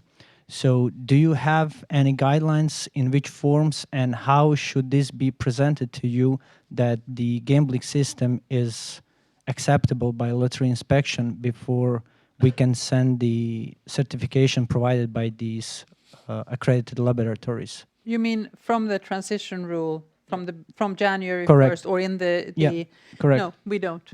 It is the responsibility of the applicant of a license to fulfill the requirements. So it is also up to us to find the ways and forms how we should present this to you. Yes. Okay. I can give a idea. The transition period here, the reason for that is that to get everything set with all conformity assessment body to be accredited with the right scope, etc. It takes time. That's one reason for this transition. So what to say is that to build up the documentation that you now send in should be very similar to what you will assess with correct reports from accredited conformity assessment bodies later on. So the structure, what you send in, will be the same as what you would fulfill part of what you have. Maybe you already have done by an accredited laboratory or inspection body. I can also add to that if we see that an application lacks of something, or as you say, you have not shown enough, we would correspond with you in what somehow and making it, we would, if we can do it in different ways. We can either ask for completering, we can ask you to what do you say? Amend, thank you, something. And we could also, or we could say that we are considering to do this or that, and due to this and that. And so we have also an obligation of communication as an authority. So, yes, please, sir. Hi, after this review. Please forward it backwards. You have, oh, sorry. Over there, yeah. Please raise your hands and you will get the other microphone. Cesar, sir. Aftab Rizvi from Gaming Associates. We have a test lab from UK. So I've got a couple of questions in regarding to the program.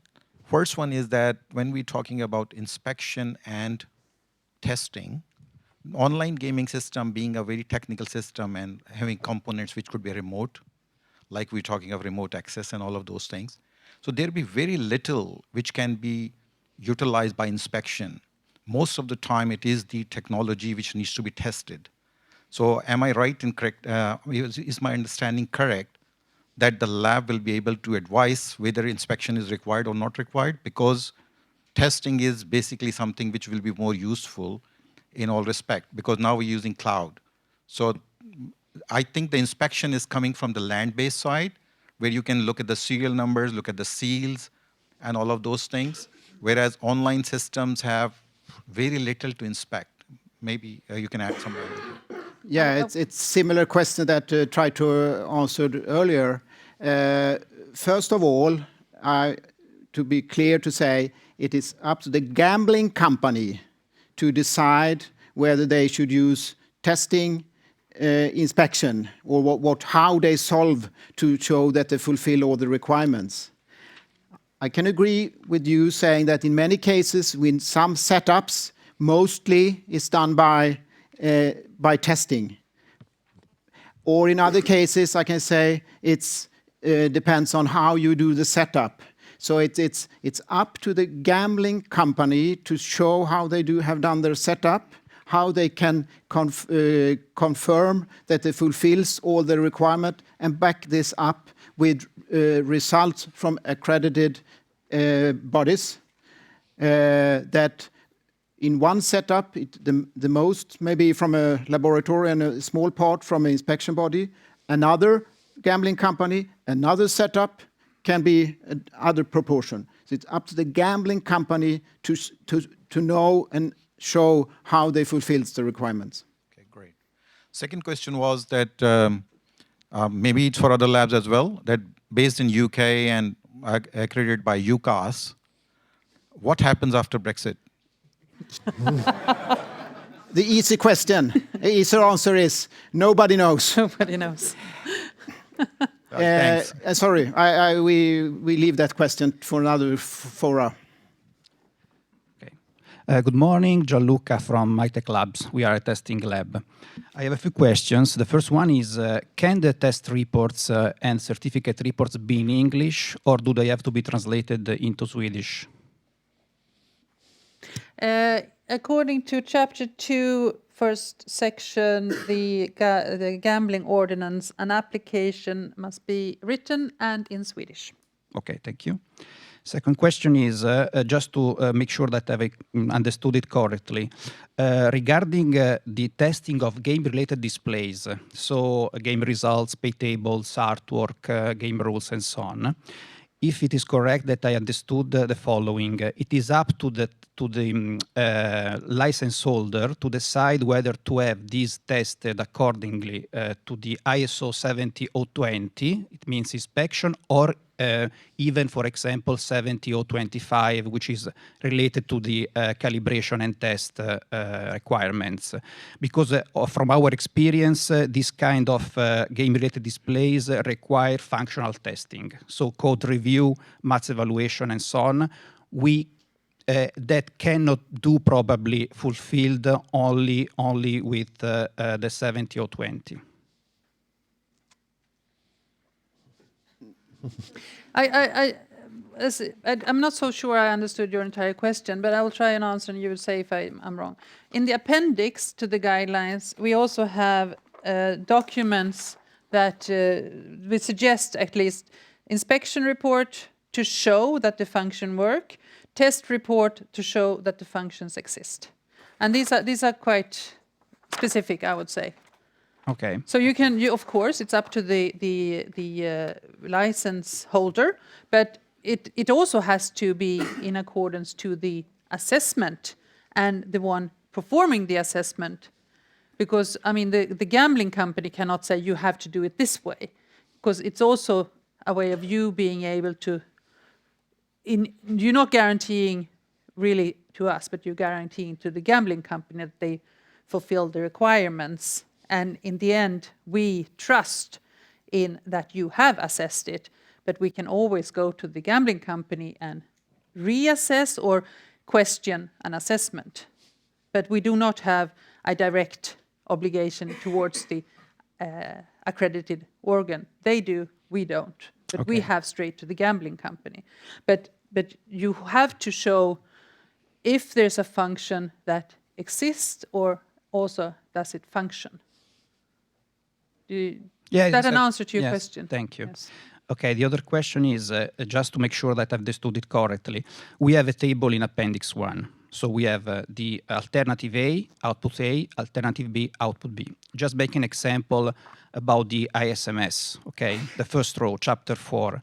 So does it mean that alternative A should be an activity performed by a cab with the ISO 70021 and 27006, and the output would be 27001? Certificate, yes. Or 70065 with an output, whatever it is, I mean. So these are exactly alternatives, one or the other, exactly valid at the same time and the same way. Correct. The alternative A and alternative B is treated to be handled on an equal level when Lotteriinspektionen will get the application, and and again saying it's the license, the applicant for the license, the gambling company, they can use sometimes the A alternative or B alternatives during in the application. But the answer to your questions for the clause 4, 5, and 6.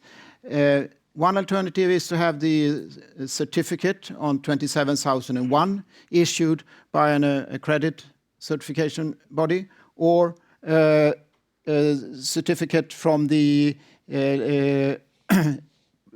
product process accredited certification body. Yes. Okay, thank you. Please, just, okay. Take it backwards, and then where's the other one? There. Oh, sorry. Please go, ma'am. You. Oh, I'm not a gaming lab. I'm from NetEnt. I have a question. Is there any plans on having an official list of those who have been granted a license? Yes, they should. I would say yes. We are going to place all the granted license holders on our webpage. Yes. My second question was towards SWEDAC. You said that basically you have two sides. Either you're accredited or you're not. And being that we're in November, do you have any time frame when we're going to have being able to search for those test labs that are accredited to do Swedish work? Sorry, my answer is no, because it's not. It's up to the conformity assessment bodies to do their work. It's up to them to apply for accreditation. It's up to them to fulfill their requirements. The accreditation bodies, SWEDAC, for example, we are then a service provider in this. So I'm sorry, we don't have any time frame, and I can assume your problem in this. The only to have contact with the organization that you think will be accredited for this, and put stress or focus on them, so they go further on in the process. So that's the only answer. Okay, thank you. Could you just pass it on the side? Yes, please. Good morning, Hannah Kennish from Playtech. I have a question on network games, if I may.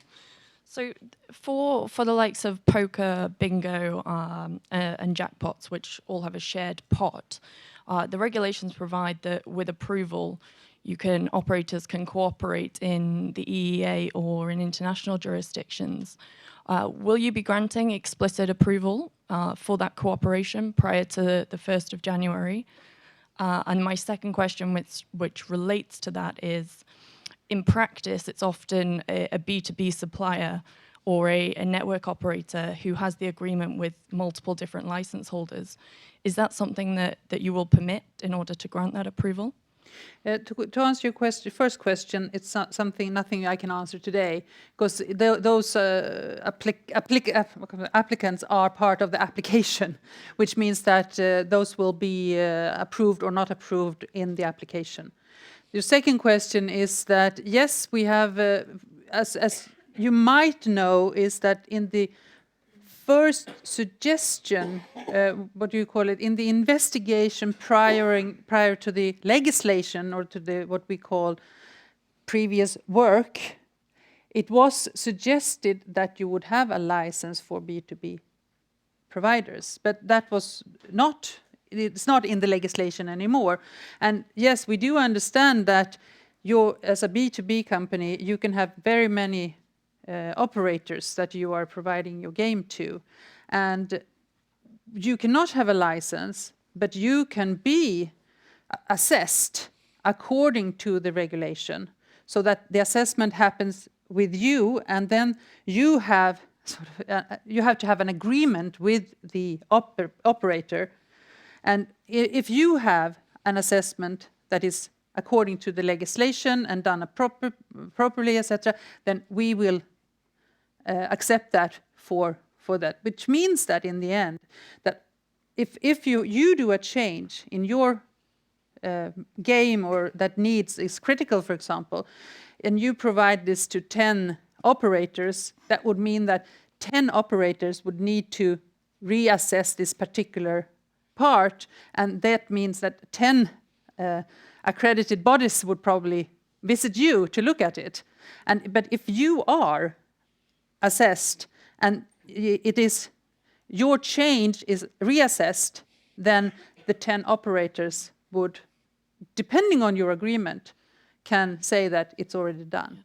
But in the case of a game where there is a shared pool or a shared liquidity, it's often the case that a network operator like Playtech would be operating that network between 10, 12 multiple operators, whereas the regulations provide for each party to that pool having an agreement between one another, which isn't the case in reality. Will you accept that the network operator runs? I'm not saying anything. This is something that you say. We say follow the regulations. We don't tell you how. Okay, thank you. Sorry, that's the answer. Could you pass it backwards? And there's a gentleman here. Oh, okay. There's another gentleman. The other microphone? Okay. We'll come to you in the back. Thank you. Yes, sir. Alex Liopoulos from Paddy Power Betfair. 2 questions. One is regarding marketing. Is the license number something that needs to be shown in the marketing materials that we're going to be providing post 1st of January? If so, because advertisements take quite some time to be created, so we will not know it, probably this number, until the very end of December, can we use the application number instead? Can I just ask, what kind of marketing are you saying that we want to see? Internet material, advertisements in TV, for example, things like that.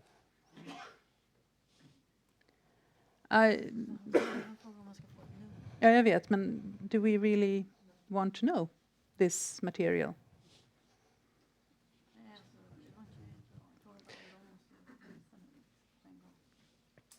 Ja, för att... Ja.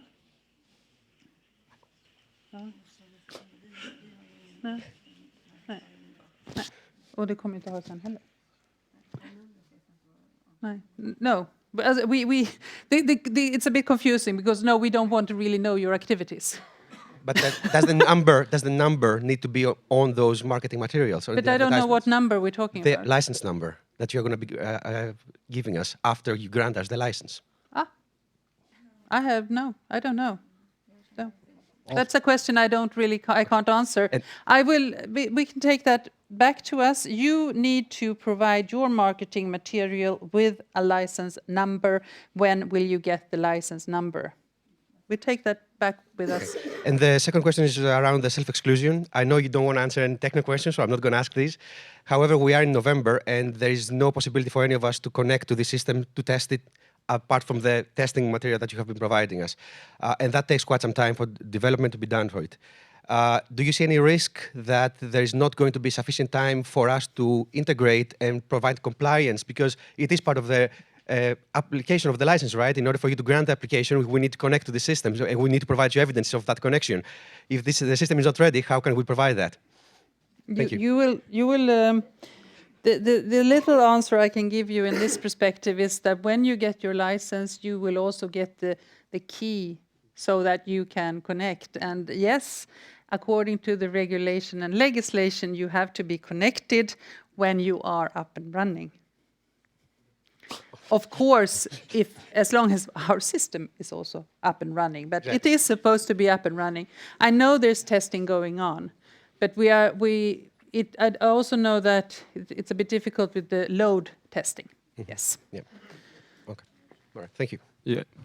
Hi there. I'm Bradley from Ecogra Test Lab in the UK. Just with regards to the ISO 27001 certificate being issued for certain requirements in the LIFS 2008-8.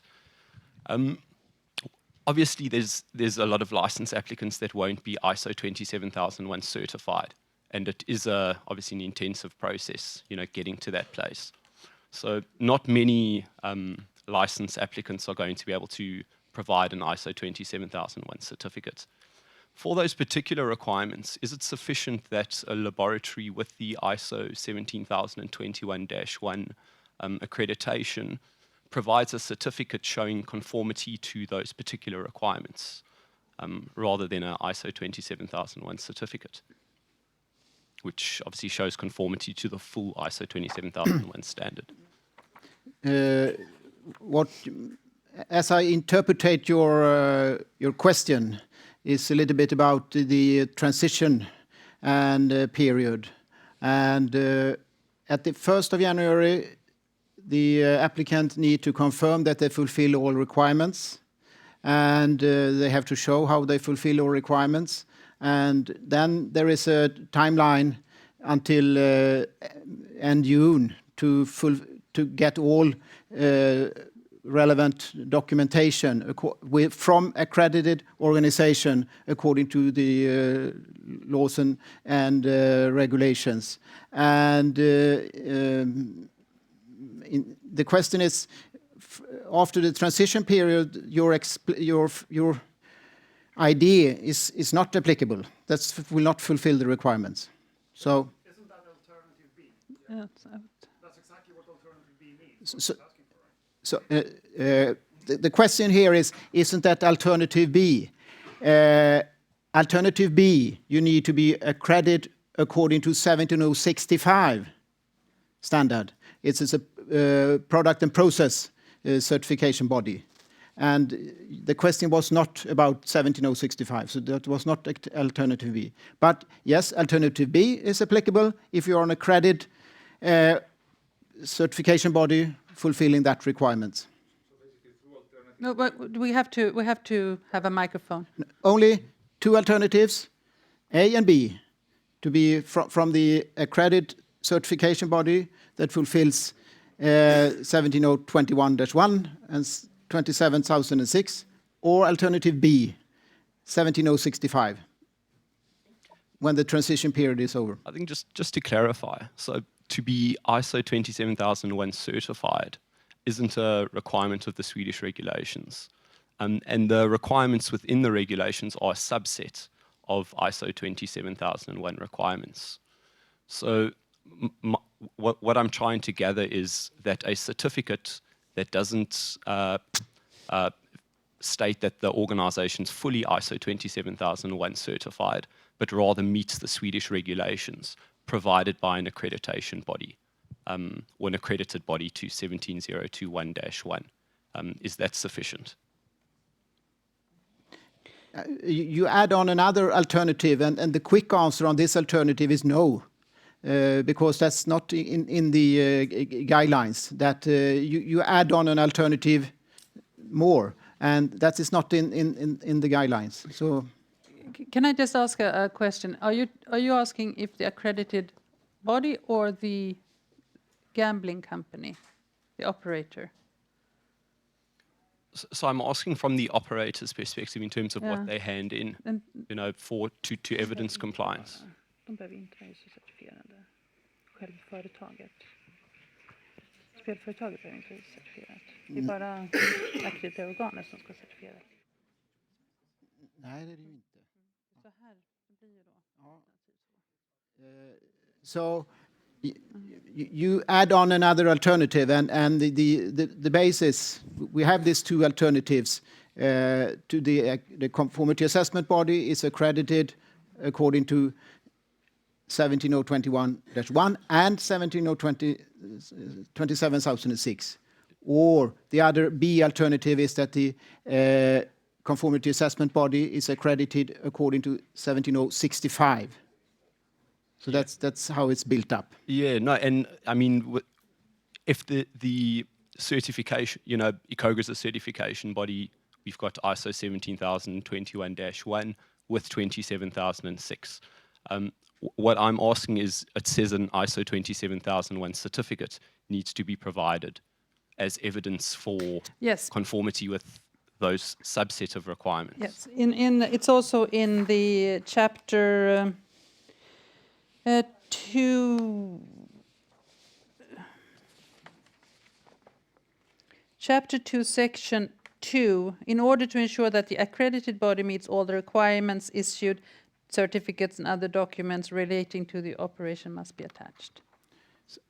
So if maybe now you add on extra information, but if you are accredited to issue, if you are a conformity assessment bodies to issue certificates for 27001,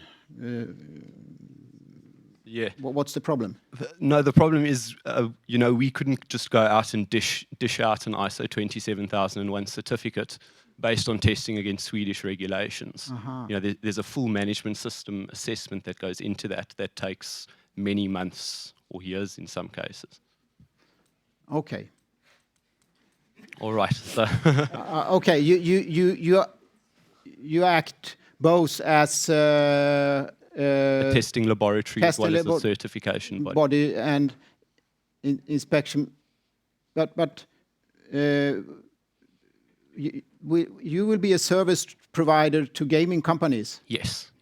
Great, you have the full palette. Just go out and give them service. Okay. So. All right. No, thank you. It's pretty clear what the mix-up is here. Yeah. Yeah, just one more question. Yes. Apologies. In terms of where there's, certain regulatory requirements that are up for interpretation, and you've obviously said that you're not going to give how-to guidance.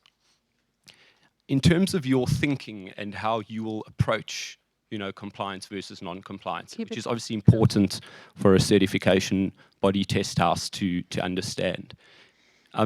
You've also mentioned guidelines, when titling the regulations. So what I'd like to understand is it important that compliance is to the letter of the law, or is the underlying objective stipulated within the Gambling Act and Game Ordinance overriding, and the regulations are more guidelines rather than prescriptive requirements? I very much hope that our regulations do not collide with the Act or the Ordinance. But of course, if they would, it would be Act, Ordinance, Regulation, definitely, if that was your question. And I would say that we say that you must, or the operator must fulfill the requirements. We don't say how. And we look a lot at the purpose, and then we can decide. I had an example, I don't remember now. You can be there and you can be here in meeting the requirements. If you're here, you meet, you have done a lot to meet the requirements, but we think it's not enough. Here, you haven't even tried. And of course, it's the circumstances in why and how and where and etc. that will decide what kind of sanction we have. We have a wide variety of sanctions. We can, at the very far, we can revoke the license. We can also sanction different fees. We can grant different procedures. We can also say, okay, but we want you to do this. Can you give us a plan as to, within a time period, how will you correct it? So the variety is wide for us as an authority. It also depends on what has been done, how has it been done, and the intention. You can also see the intention in actually following the requirements. Thank you. So, Hi. There. Yes, sir, please. Hi, Enrico Piccinini from Leo Vegas. A very quick one. We, as a future license holder, will be required to show the player losses accumulated over the last 12 months. So we just wanted a confirmation whether losses should be calculated as bets that did not generate a win.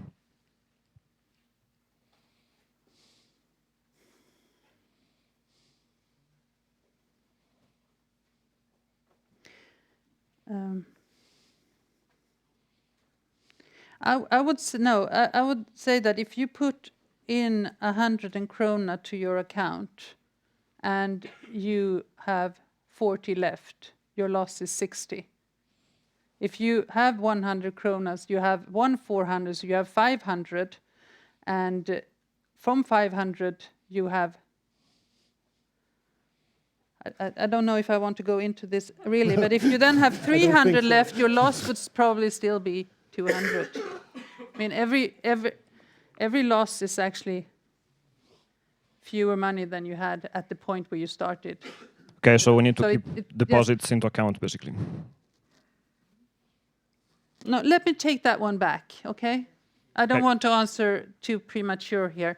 So can we just say, yes, förlust definition, and we will probably see if we can post that on frequently asked questions. Thanks.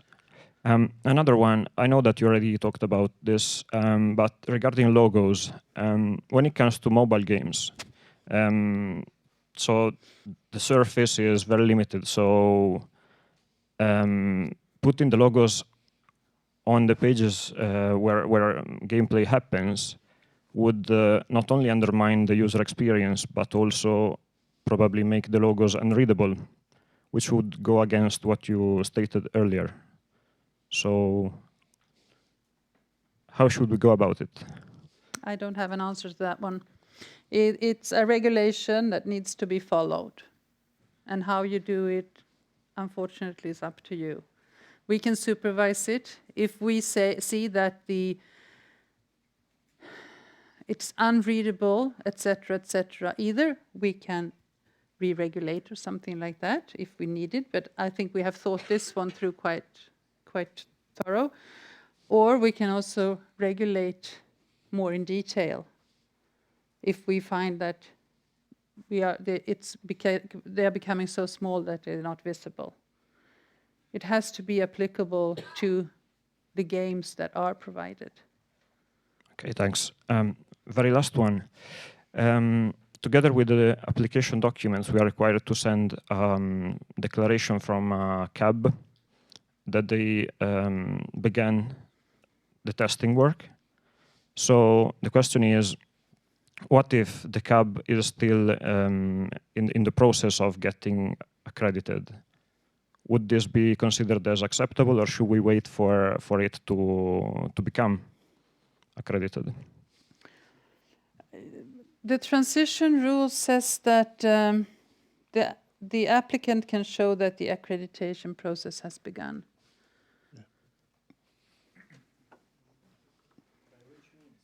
Mm-hmm.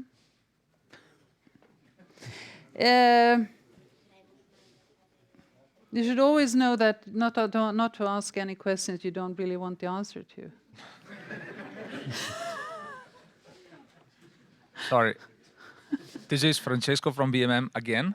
Here? Yeah.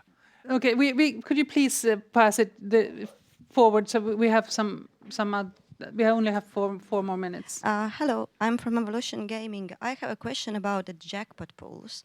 Right now we are also offering the jackpot pool where the contribution can be done across the different jurisdictions. Would it be also allowed in Sweden, or if there is some jackpot pool, contributors can be only from Sweden? I would say that would be international cooperation, and you would have to apply specifically for that in your application, and with all the things that you need to add to such an application. And another question I have about the expansion of allowed casino games. Right now we have also one different kind of casino game as a money wheel, and right now it is not in a casino games list. Then it's not allowed. Okay, yeah, but have you thought about expansion of allowed games? No, and not for the moment. It's very regulated. Yeah, so we don't have any thoughts about that for the moment. No. Could anyone else new that hasn't been? Yes, sir. I have one question. Two questions. The first one, when we sent, I'm Morten from Force Technology test house for laboratory and inspection as well. So when we sent the application to, I will send it to Danak in Denmark. How long will the period be at Danak or Swedak as a test house? to get the accreditation? Yeah, to get the accreditation. The easy answer from our side, Swedak, or now also representing Danak, it's always up to the applicant how ready they are, how prepared they are. If they are prepared, have everything set, have the competence for everything, it's normally works on very smoothly. Unfortunately, I can't give you an exact date specific, not for Danak situation. And but from Swedak's side, we have prepared for this. We are ready. So our idea is not that it should not be Swedak that make a hiccup in this, at least. So it's good to hear. The last question is about the vulnerability work that has to be done, because in accordance to the Danish rules, they have to be a vulnerability scan or penetration test, etc. In your guidelines here, it doesn't say anything about that. And I have asked one of your colleagues before, and he said that it says something in the Spillagen or the gaming law, but more or less it says nothing. So I think chapter 5, the license holders' risk and vulnerability management. It says about the risk. It says very much about the risk. But when you come to the vulnerability, it doesn't.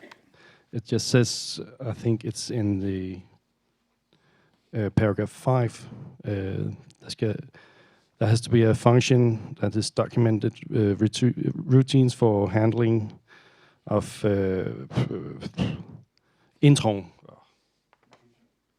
intrusion, of course. But also in section 1, must carry out a risk and vulnerability analysis to systematically identify and document the list of information assets. I know you said in the start that you yes. didn't want to tell us how, but there has to be some kind of baseline that you can't go beneath that. Sorry, may I expand on that? I think the gentleman there wants to explain how you should do this. Good. Sorry, I don't have an answer. I'm Andrew Rosewarne, GLI. I just want to add the microphone. I just want to add to the question. The list of qualifications listed earlier in the document imply network penetration testing, but as my colleague over there says, it becomes very generic when so you get to the actual regulation. I don't have an answer to that one. For I would say you would need to do you list a certified ethical hacker as a relevant qualification, but then you list ISO 31000 as a method of risk assessment when you talk about risk and vulnerability. I think it's also depending on, of course, how the gambling company, together with the as a accredited body, determines how to do these things and do these tests, and then at the end of the day, we can of course see is it enough or not enough. But it lies with the gambling company. The responsibility is huge. The time is now 12:02. For us, it's okay to stay until 5 past. So one more question. Yes, sir. You waited a long time. Hi, my name is Tony Anna from the Age Check Certification Scheme, and I've got a very specific question because we're literally interested in just 12 words of the whole LIFS, which is that requires systems to have age verification in place. The issue that comes up with that in our 17065 relates to the post-certification surveillance, which is required as part of 17065. And my question to you is whether or not you are going to set surveillance frequencies for how often things have to be tested after certification. Do they require a monthly test or a weekly test or an annual test, or how frequently that surveillance required by 17065 will be required? So far, that we have said right now is what is written in the 2018-8 is the way that you should handle the surveillance activities under 17065 certificates. So at least the yearly surveillance, and also handle changes as is written here. So that's the base. So therefore, no requirement for routine ongoing surveillance of that young people aren't able to access these systems. Is that what you're saying? No, of course. Oh, sorry, that does not really have too much to do with the accreditation body. It's our job to see if we get information that this company lets underaged play and they don't have the correct functions to prohibit or to hinder underage to play. We will definitely go do supervision on that one. And it has nothing really to do with the accreditation. Of course, it has to do with that. But for us, if that happens, then they have a bigger problem. And then they have it's a different because underage shall never play. That's very, very. And if also I would say a company actually lets underage play, then I would say, and not doing sufficient to hinder it, you would probably have a risk of not having a license. It's very serious. Last one. I should just say like that. I just wanted to connect with what our colleague from Ikoga said before. Just to clarify, so my understanding with regard to the information security is that an operator has two options. Either they are 27001 certified, and in that case, they don't need to go for an extra assessment of those requirements, all right? And then, of course, can be issued only by a company that is allowed to issue ISO 27001 reports. The other option, if they are not 27001, it means they need to go to a lab, so option B, that is 17065, to have an assessment of what are the Swedish specific requirement for information security, which is a subset of the 27001, and issue a report based on that, not based on the 27001. That's correct? That's correct. So the only thing is that in your option B, you said that a company with 17065 performed as a management system assessment based on the ISO 17021-1. So basically, what our understanding is that if we have 17065, we need to create an internal framework to test instead according to the 17021-1. which is based on 27001. So it's a bit confusing. Yeah, I can understand your question. There is two options.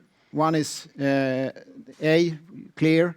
B is that you work as an accredited body for 17065.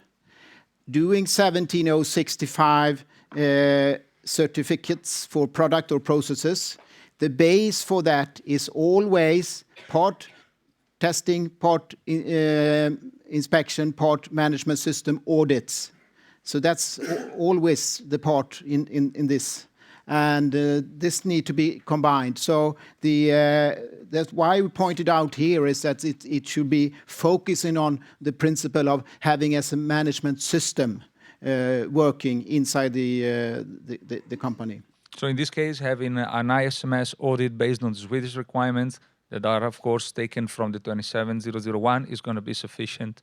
If you are accredited for 17065 and you have in your scope references to the relevant references to the LIF's scope. Of course, yeah. And one more thing here is to point out, not forgetting the impartiality issues, that the conformity assessment body need to be impartial from the company. So that's for sure. Yes? Thank you. We have to finish now because we also have the online people. So thank you very much for your interest, and I hope you have some answers at least.